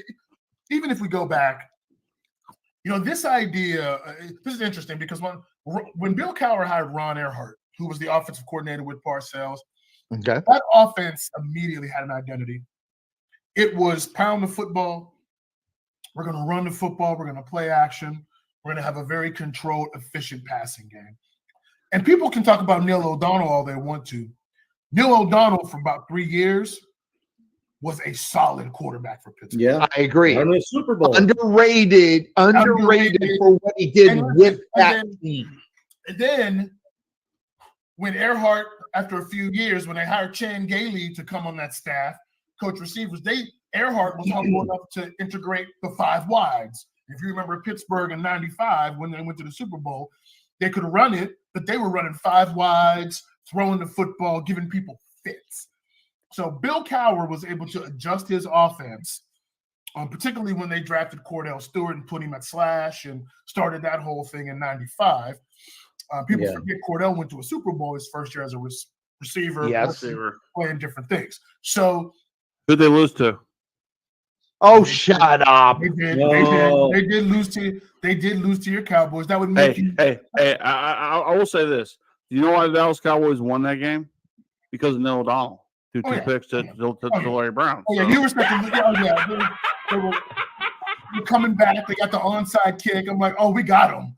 And then Neil had another miscommunication and made Larry Brown's career. That guy was so overrated. He went to the Raiders and was getting cooked. He was look. Larry Brown was great when Deion's on the other side. When Deion went on the other side, he's just an average cornerback. Just horrible. So yeah, You did beat us there. That makes the record 2-1 against you in Super Bowl. That's facts. Yeah, there you go. I can't argue that. But I love it. I mean, look. So the ability to adjust offensively is important. To the Podfather's point, we still have Matt Canada, but we have T.J. Watt, we have Minka. We need them to. How's he doing though? He's kind of banged up, isn't he? No, he dislocated a finger. He's playing. He's got 8 sacks. I mean, T.J. Watt is basically unblockable. And if he's going to have to be, because he's going to have to match Aaron Donald's production. Now, one thing the offense has been good at this year, they have actually done a good job of neutralizing some of these Planet Theory guys on defense. They haven't really wrecked the game. If you can say that's something that an offense does well, they have done that. So that's going to be a big key to the game, too. The Pittsburgh Stars are going to have to play well. Deontay Johnson's back. They're going to have to get him going as well. Well, according to what I'm looking at, T.J. Watt has a heel problem, so he's questionable for the game. So he practiced on Friday. He's going. That's minor. Got it. All right. So there you go. I'm going to Rams. Hey, I have a heel problem too. People keep cheering me. Here we go. I'm going to go Rams, and just more in the fact that my gut says Steelers, and I just as what he said. Every time I got a gut feeling about the Steelers, they don't show up on it. So I'm literally going opposite of what I for the pick, because I want the Steelers to win. The reason why I want them to win is that AFC North just gets more tighter and tighter and tighter if they get the win today. And and listen, the AFC North is still I still think it's a juggernaut of the NFL. You never know what you're going to get out of there. And if they start improving, this is what's sneaky about the AFC North. This is week 7, week 9, 10, and 11. One of these teams who are not really expected to do what they're supposed to do, they're going to come out of the shadow, and then they're going to start moving forward and trying to move up in the standings to make a run at the playoffs. Will the Steelers still be there when that happens? Because right now, aren't they first in the division? Or no, they're second. They're a half game out of first. Every team during the bye week in the division, we were on the bye last week, they won. So, Godfather, we also have to win today. We have to be able absolutely to any chance to get in this division. And it will be in about 2 or 3 weeks. The Steelers, the Baltimore Ravens, the Cleveland Browns, or the Bengals are going to start moving up. Now, the Bengals, they traditionally do it with Joe Burrow. They start out a little slow, which they did, and they picked it up, which they are. Now, the Steelers, on the other hand, they're trying to win games because they know they're not as good as the other team. But if they can get those victories and go out and against teams that are kind of the same as they are right now, they just put themselves in a position to go there. Hey, don't sleep. As much as I hate to say it, I almost puked in my throat. Sorry about this. Watch out for the Cleveland Browns. I mean, they got a game today that's very winnable. And let's go to that game, even though Obi don't want to show up, today. I'll say, hey, Bryce, real quickly. Take a look at Sonny. What do you think about our Amish Santa? Sonny's gonna play Amish Santa for December. Well, I mean, don't most Santas have a mustache? You just can't see it because of the lights. Hair shots. And I hate the Wilford Brimley look. It just drives me nuts. Wait a minute, Sonny. I haven't made my pick. Oh, okay. That being said, I've wavered back and forth on this. Okay. Coming off of a bye, T.J. Watt, 2 weeks to prepare, going out to L.A. There's going to be a lot of Steeler fans there. I was tempted to take the Rams in this. They did travel well. Kello Witherspoon. I just think outside of Aaron Donald, that defense is not that great. And as bad as Matt Canada is, I see this almost like the Raider defense, where if you can neutralize Max Crosby, there are some plays to be made over there. And I also think Matt Stafford, as great as he is not mobile. And those type of quarterbacks, if we can get the pressure on him, we know we can force that guy to mistakes. I'm going with the Pittsburgh Steelers. to actually go on the road in LA with a big Steeler contingency and get the victory. Well, Bryce, you said the one thing that made Sonny laugh. You know what that is? That Stafford's not mobile because he'll win Super Bowls. So. Right. That's what Sonny's gonna dig down into. I know. He hates the mobile quarterback. He hates quarterbacks that can actually move in the pocket. I listen. Listen. I want to go Steelers. So I'm going against it because literally almost every time I think I got a gut feeling about the Steelers, they let me down. Cuervo. No. What do you think about this one? Hold on. I will concede that for the Podfather and Cuervo. There have been multiple times this week you have picked against my Steelers, and I told you to go with them. You didn't, and guess what happened? Except for San Francisco, you lost. Yes. Yes. Last year they let me down too. Cuervo, who do you got in? Are you going to go Rams or are you going to go Steelers? Yeah, at first, my initial thought, like you said, was Rams, right? Bam. But then, Rams. but then, Bam. but then between really looking at the roster and listening to the most intense, passionate Steeler fan I know, yes, next to me. You're buying into it. I hear it already. I'm gonna switch over to the Steel City. I'm gonna switch That's over. what I did. That's exactly what I did. I switched right when I was on the show because I was listening to what Bryce said, and Bryce, they let me down. Bryce, I have to make sure. Don't take the bait that Sonny's giving you. He's buttering you up. Because he's gonna wait till next week. He's gonna completely bash. He's gonna be. I know. He's setting it up today. I'm gonna rope with the Steelers, man. I'm telling you right now. Cuervo, he's gonna act like the biggest Jaguar fan you've ever seen. He's gonna. We're gonna come on here. He's gonna have Tom McManus on here. Oh God. Tom Coughlin. The biggest ass kissing contest you've ever seen. I didn't think about reaching out. Oh, no, Tom's mom's sick, so I don't want to bother him. But that would have been a great idea. So that would. Man, don't give me ideas here, Bryce. Sonny, I see the phone call. Tom, listen, don't worry about your mom. She'll be all right. Look, come on the show, and I can see this happening. Forget your mom. It's moving your hands while you're talking to her because that's what you do. He's gonna have Leon Searcy. He's gonna have He's gonna have Fred Taylor. He's gonna call How about the only Jaguar Hall of Famer? He's gonna reach out to Mark Parnell and say, "Look, you're not doing much these days. Come on my show." He's gonna Jones-Drew, which, by the way, he's leading the country in picks. By the way, Maurice Jones-Drew, he's leading the country, in picks. Yeah. I would. Hey. All right. So I don't forget, Podfather. Who do you got in this one? Because I told you. You did. Okay. All right. The next game. Thanks for playing. The bleach. No, I pick wise. I picked the Rams. I want the Steelers to win. I picked the Rams because I need to pick. Nah, I do remember you saying something like that. All right. Fine. Tune in, sir. I mean, come on. Adjust the beard. Get the better reception. Hey, I got the bleach. It went to the brain. So leave me alone. So the Arizona Cardinals. Cuervo is on my side. The chin went to his brain. How'd that happen? All right. Wow. I'm going to skip that and move three.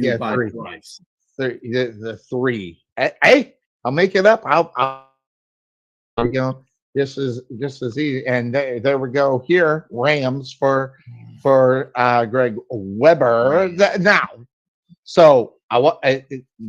that being said, the Arizona Cardinals and the Seattle Seahawks. This is going to be a good football game. I'm just telling you, they're just two bad football teams, and they're entertaining. And you don't know who to pick. Well, you should know who to pick, but I can't believe this. So I'm going to go on record because no one's going to believe it. I'm actually on the Seattle Seahawks today. That's how bad the Arizona Cardinals are. Okay, that's just and I feel bad because I love their quarterback right now. In fact, I wish he had more around him because I think the Arizona Cardinals would be a good football team with Dobbs at the quarterback position. If he had some actual real weapons and they didn't just piss the offseason away, not get anybody, this could have been a different look. Now, I'm not saying they'd win, 10 games, but the Arizona Cardinals with Dobbs, they actually looked good, here and there throughout the season. Imagine if they developed some. They kicked the living hell out of them. Yeah. After they suck. So yeah. So Bryce, the Arizona Cardinals, they're this sneaky team. Okay, and so I'm going to ask you about the Arizona Cardinals and the Seattle Seahawks because you don't have a dog in this fight. I kind of got the Arizona Cardinals. I live there, and I hate the Seahawks. Everybody knows that. So God. I'm going to go to a neutral guy who has no love for any of them. What's your take up on this one? These division games are tough because the Seattle Seahawks want to play a certain way, and so do the Cardinals. The Cardinals may not be great, but they play tough. Yes. They play physical. They come after guys. They don't play scared. Now, they may not be that good, and so that's going to, I think, make for a spicy matchup today. I like the thing with the thing with the Seahawks is that they're sneaky good in a couple ways. You don't think, Geno and all these things when it comes to passing game, but then you look up and they're making plays. Right. Same thing with their defense. They find a way to make plays. Now, correct me if I'm wrong, but this game is in. Let me see here.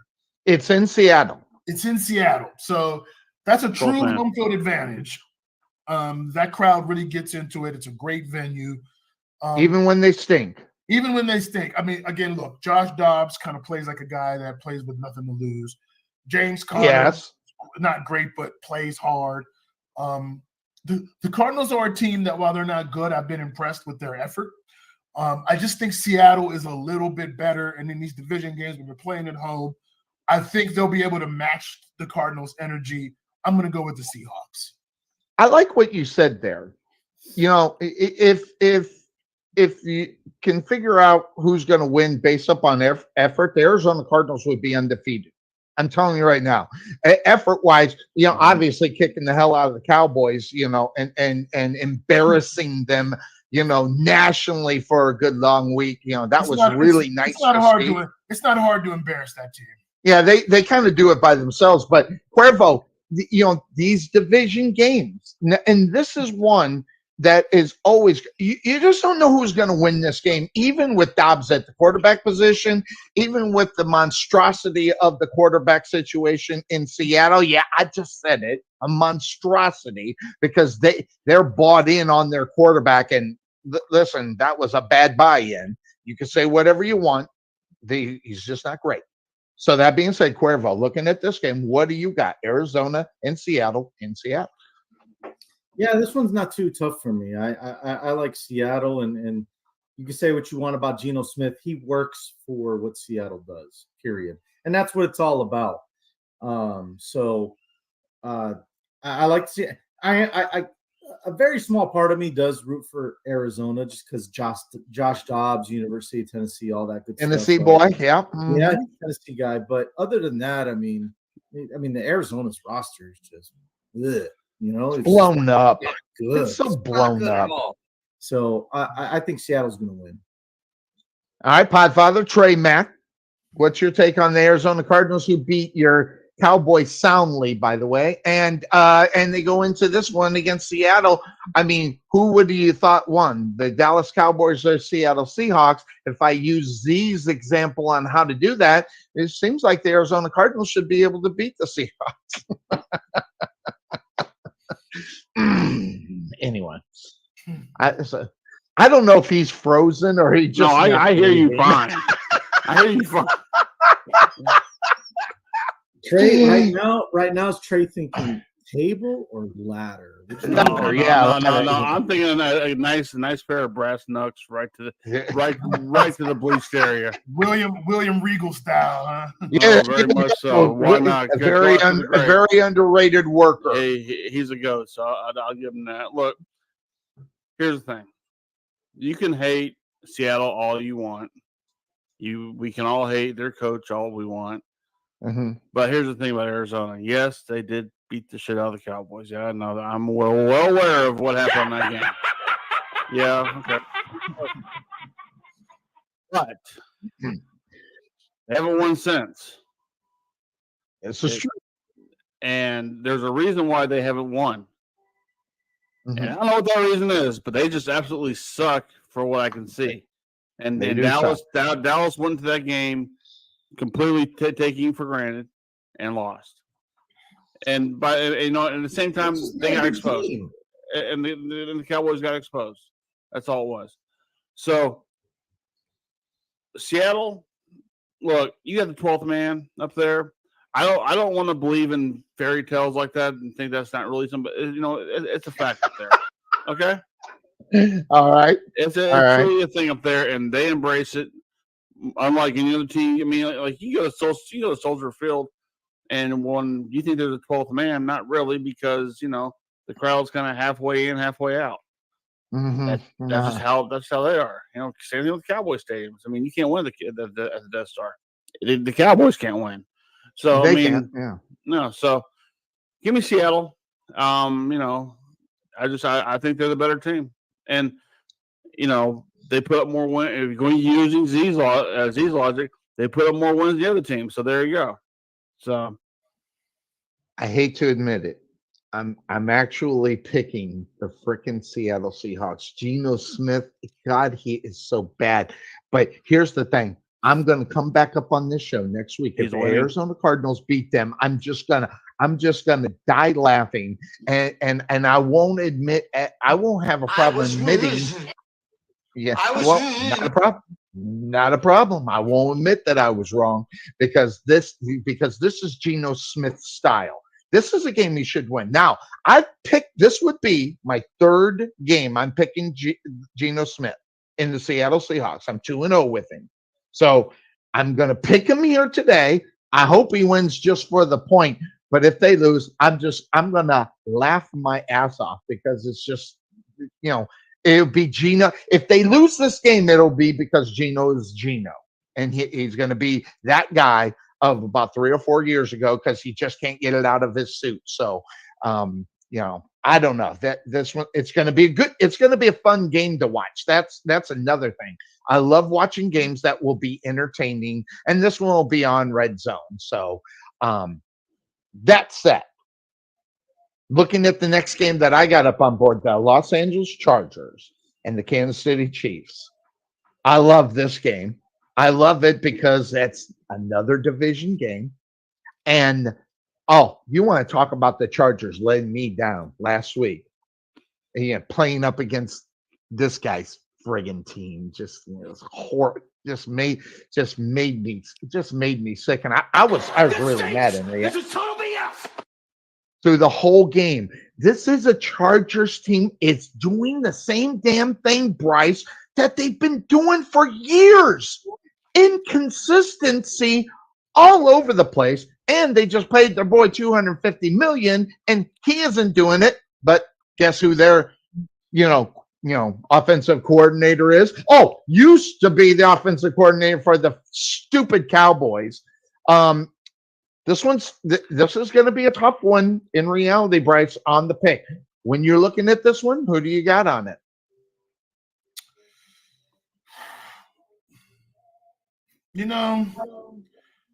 The interesting thing about because we're talking about the Chiefs and the Chargers, correct? Yep, Chiefs and Chargers. Okay, just want to make sure so I can say this because it pains me to say what I'm about to say. Brian Staley is a University of Dayton guy. He is.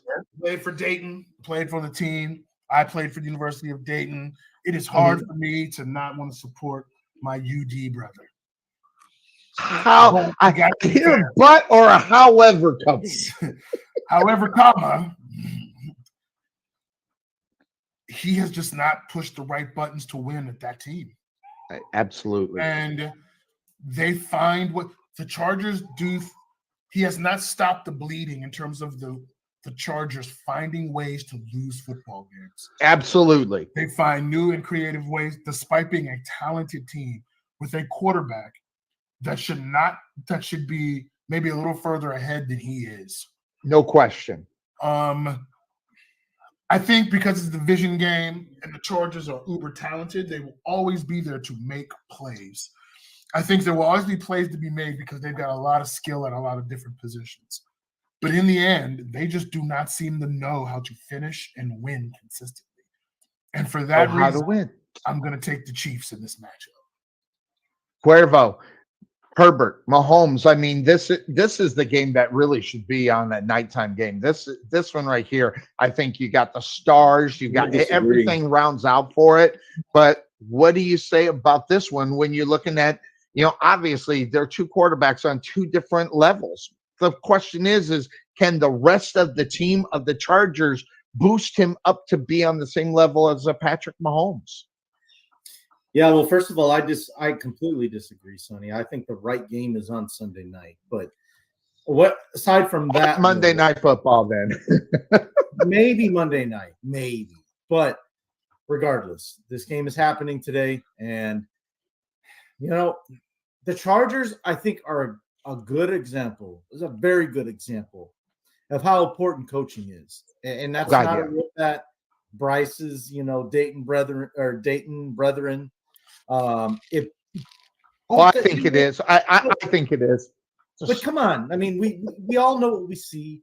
He's made some questionable decision making as a head coach, as the leader of that team. Should have been fired last year. Questionable decisions, and so as a head coach, I mean, I'm not saying he's got to be perfect because no one's perfect.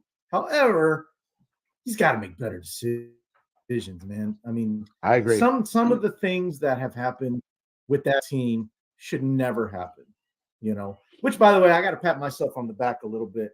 I actually don't get a shoulder injury doing it. Yeah. I actually Sami Zayn me here, okay? That game. Yeah, I picked the Cowboys to win that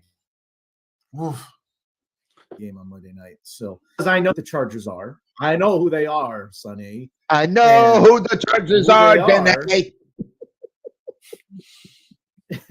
And who they are is a team, and they're doing it again. Another I don't want to say generation, but another talent pool that's just going to absolutely go to waste because it's in a way a good season.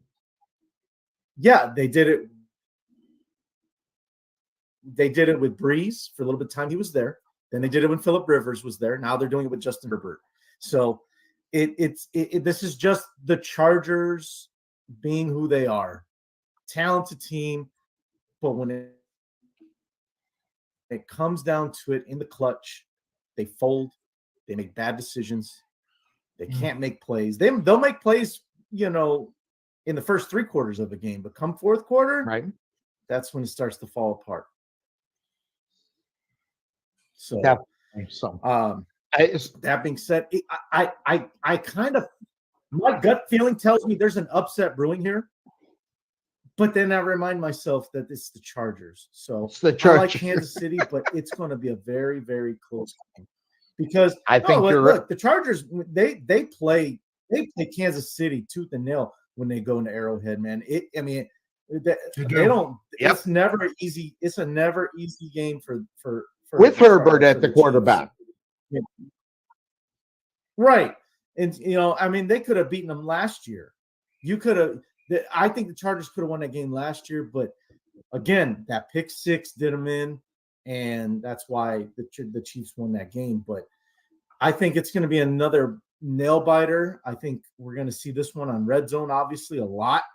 But I'm going to say Kansas City by 3, and that's Kansas City by 3. Trey Mack. Okay. Having been the former prison cell of Kellen Moore and having dealt with him, I'll say this about him. The guy can score in the red zone, whereas our current coach can't. Okay? So, the guy knew how to put points up on the board for the Cowboys. Now, did he get a little lax on his play column? No. Oh, yeah. Sure, he's doing that with the Chargers too. This is a must-win game for the Chargers, and they got to go to Kansas City to do it. The hardest place to do it. Kansas City is not that great. They're okay, but they've got some issues this year. They've got they've got the Taylor Swift BS going on right now. That's kind of overrunning the entire town.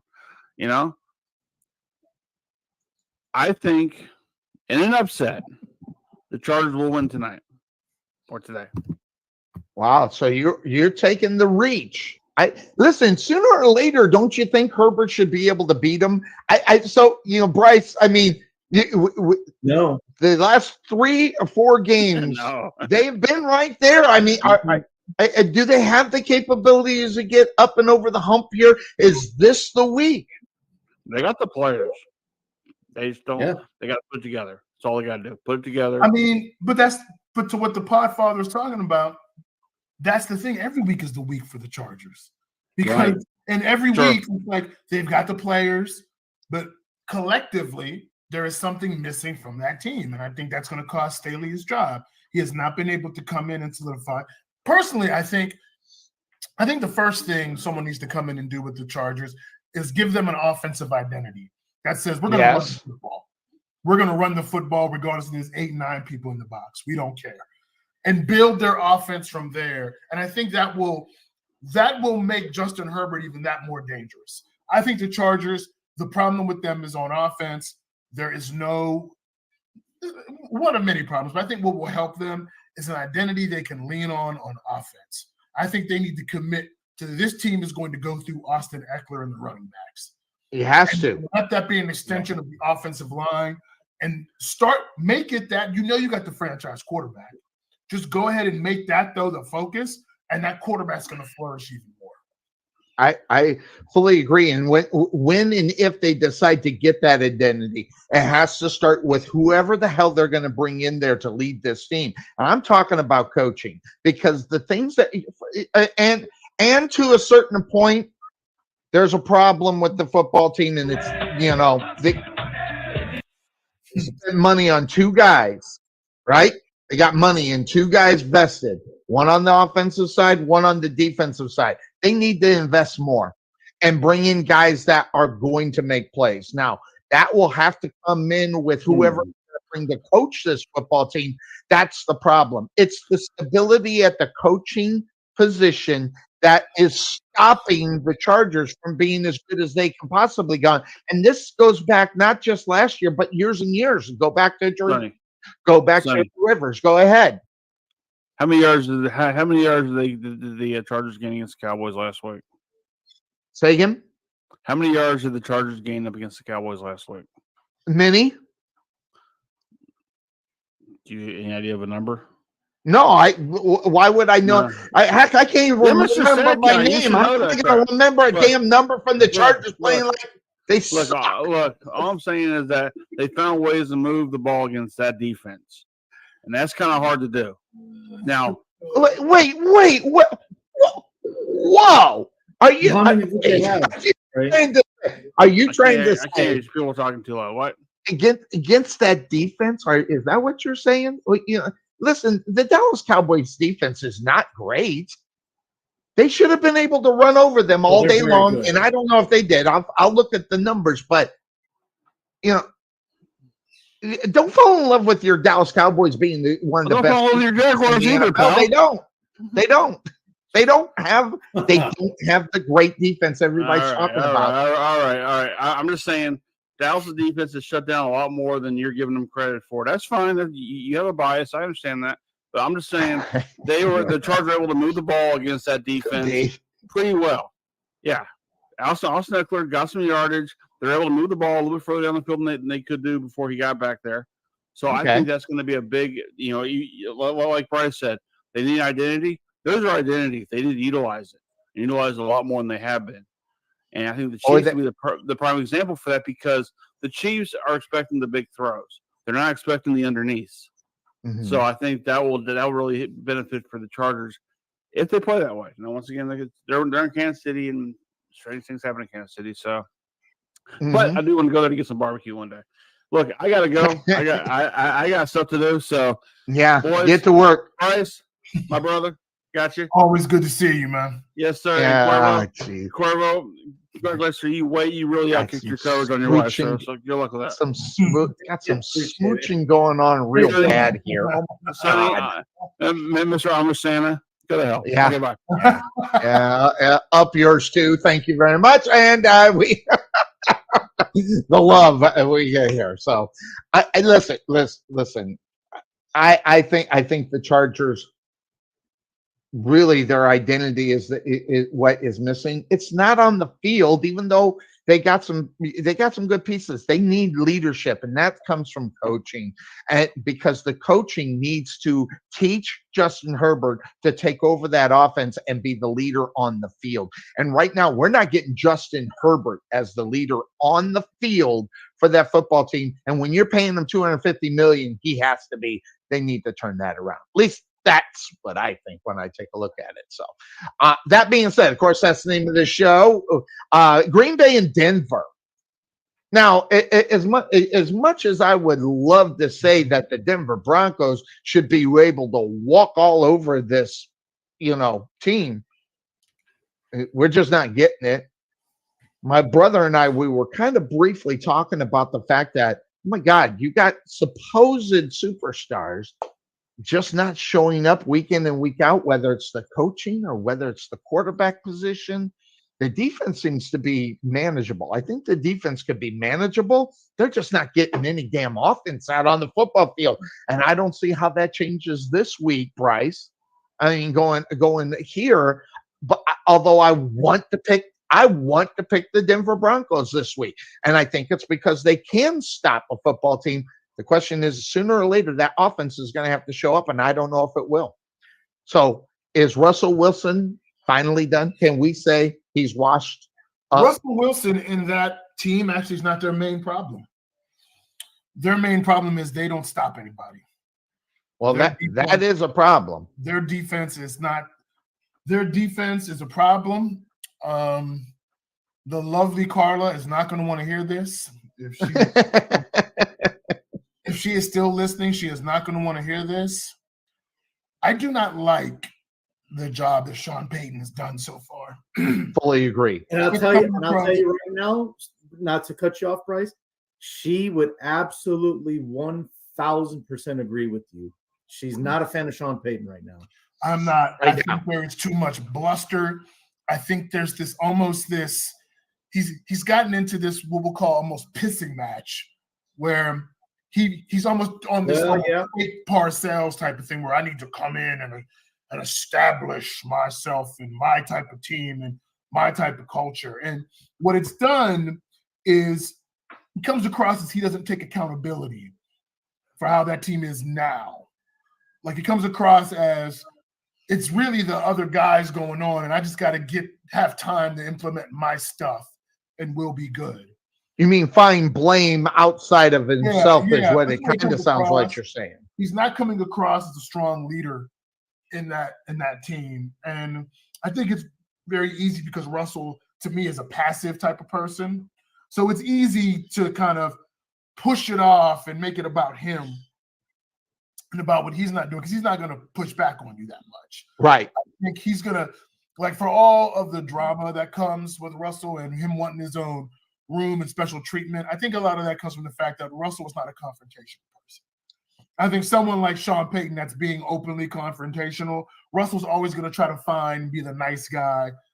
But it really lets me think that he's almost skirting accountability. I don't hear enough, this is on me. I haven't been good enough for this team.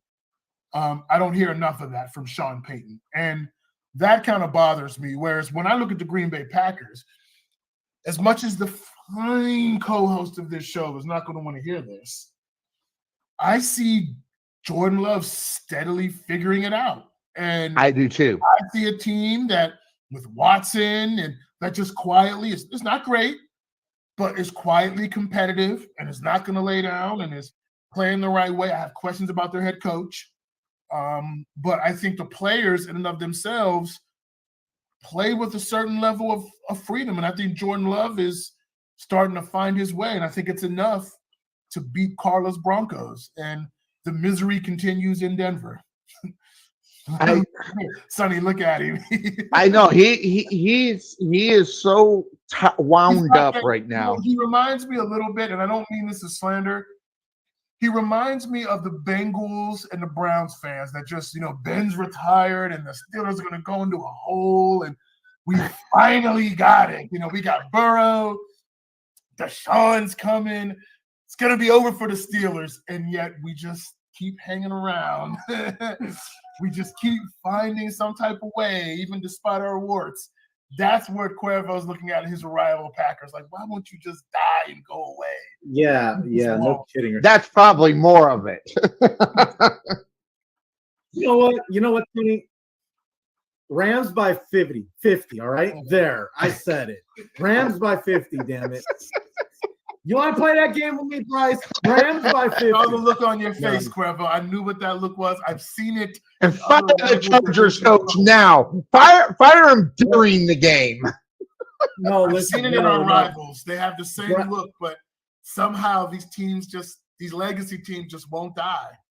Yeah, that's exactly what it is. I just want the Packers to just go away. Just they're like the annoying, little cousin or something that just always wanted to hang around you, and you're just like, get away, man. Like we'll play later or something, but that's what the Packers are. Well, the interesting thing about what you said, Bryce, and I wrote this down because I thought it was interesting. It's actually, when you look at it, what you were talking about, it's old school against new school. I mean, when you look at Sean Payton, he's old school all day long, right? I mean, and the fact that you look at Russell Wilson, he is on that. He was kind of like the start of new school at the quarterback position, getting a lot of things to say about what was going on. I mean, look at his coach when he was in Seattle. He's a defensive coach. He's not the offensive mind that's going on. There was more stuff that he was putting in. And right now you got old school battling new school, and even though it's not public, they're getting into some rip-roaring arguments and fights behind closed doors about what's going on. By the way, if there's not some rip-roaring fights going on behind closed doors, that football team needs to retire everybody on the football team. They should all be pissed off at each and every one of them by not having the accountability from top to bottom. That includes the coaches down to the freaking kicker who can't make a kick sometimes. It's just really aggravating when you watch that. But this game, when you were looking at it, and I was looking at it, when teams go into Denver, they can't handle the altitude. Okay, and we used to get that with the Denver of old. We're not getting that. So was that a farce, or were they just that good at that time? I don't know. But when you look at this game going into, I ask myself, how do the Broncos win this football game? Because they haven't shown anything that they have any kind of chemistry whatsoever, team chemistry. It's always singled out, and when you can't put it together, find the guys to get the ball to. Russell Wilson, listen, he has been playing, and oh God, I'm going to say this and you're going to laugh at me. Bryce, you're going to love this. Russell Wilson's been playing like Jimmy Garoppolo, and that has not been good. That has not been good. And I got some mad for Jimmy Garoppolo, but he has been playing like dog crap, and Russell Wilson is right there with him. These are two guys that you could have considered two of the best quarterbacks in the NFL at one time. Not right. But they were right there on the top. You're talking within the top 10. You had both of those guys. One might have been higher, that been Russell Wilson. But man, he has just turned into, I used to say, this guy didn't forget how to play quarterback. This guy has forgotten how to play quarterback because there's something that is going on. He's either not getting it across, in practice or with his coaches or whatever. I expect Russell Wilson to throw probably 2 or 3 interceptions today against the defense that I think is okay, but has not been playing all round. I think they just get the team that happens. I don't know. This one's going to be good. Green Bay. I think I'm just going to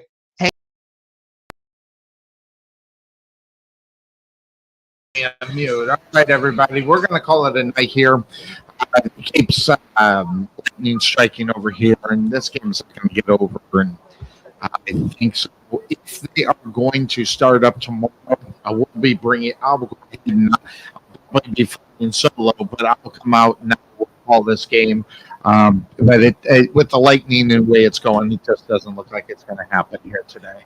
Yeah, and we're not going to be the only ones. There's plenty of games that are in the same situation. So really, this is going to be determining what time they play the game at. So we're in the position to find out that information as we speak. Looks like from what we're getting, some information we're getting, it looks like the athletic director is looking to go ahead and call this one. They're just trying to figure out when they are going to go ahead and play that game. So that's going to do it for us. We can get, obviously, we can't do anything about the weather, but we'll try to kick this thing tomorrow if I'm flying solo, or if Butch is able to come with me, I'll bring him along. But if we're able to do it, we still got to. There's another one, and that was a big one. So keep checking on social media, and we'll be what time we'll be on the air tomorrow. Once we decide, we find out when the game is going to be played. Definitely, we'll do that. Hope everybody has a great day. Thanks for at least hanging out with us and watching what we were doing over on our Sunday morning tradition. Check that out on Sunday mornings, 9 to noon. That doesn't get weather delay, so we can go ahead and we'll do that one. Everybody have a great evening. We'll catch you probably tomorrow if we're able to get out to call this one. Everybody have a good one. Thanks for joining us, everybody. Bye-bye.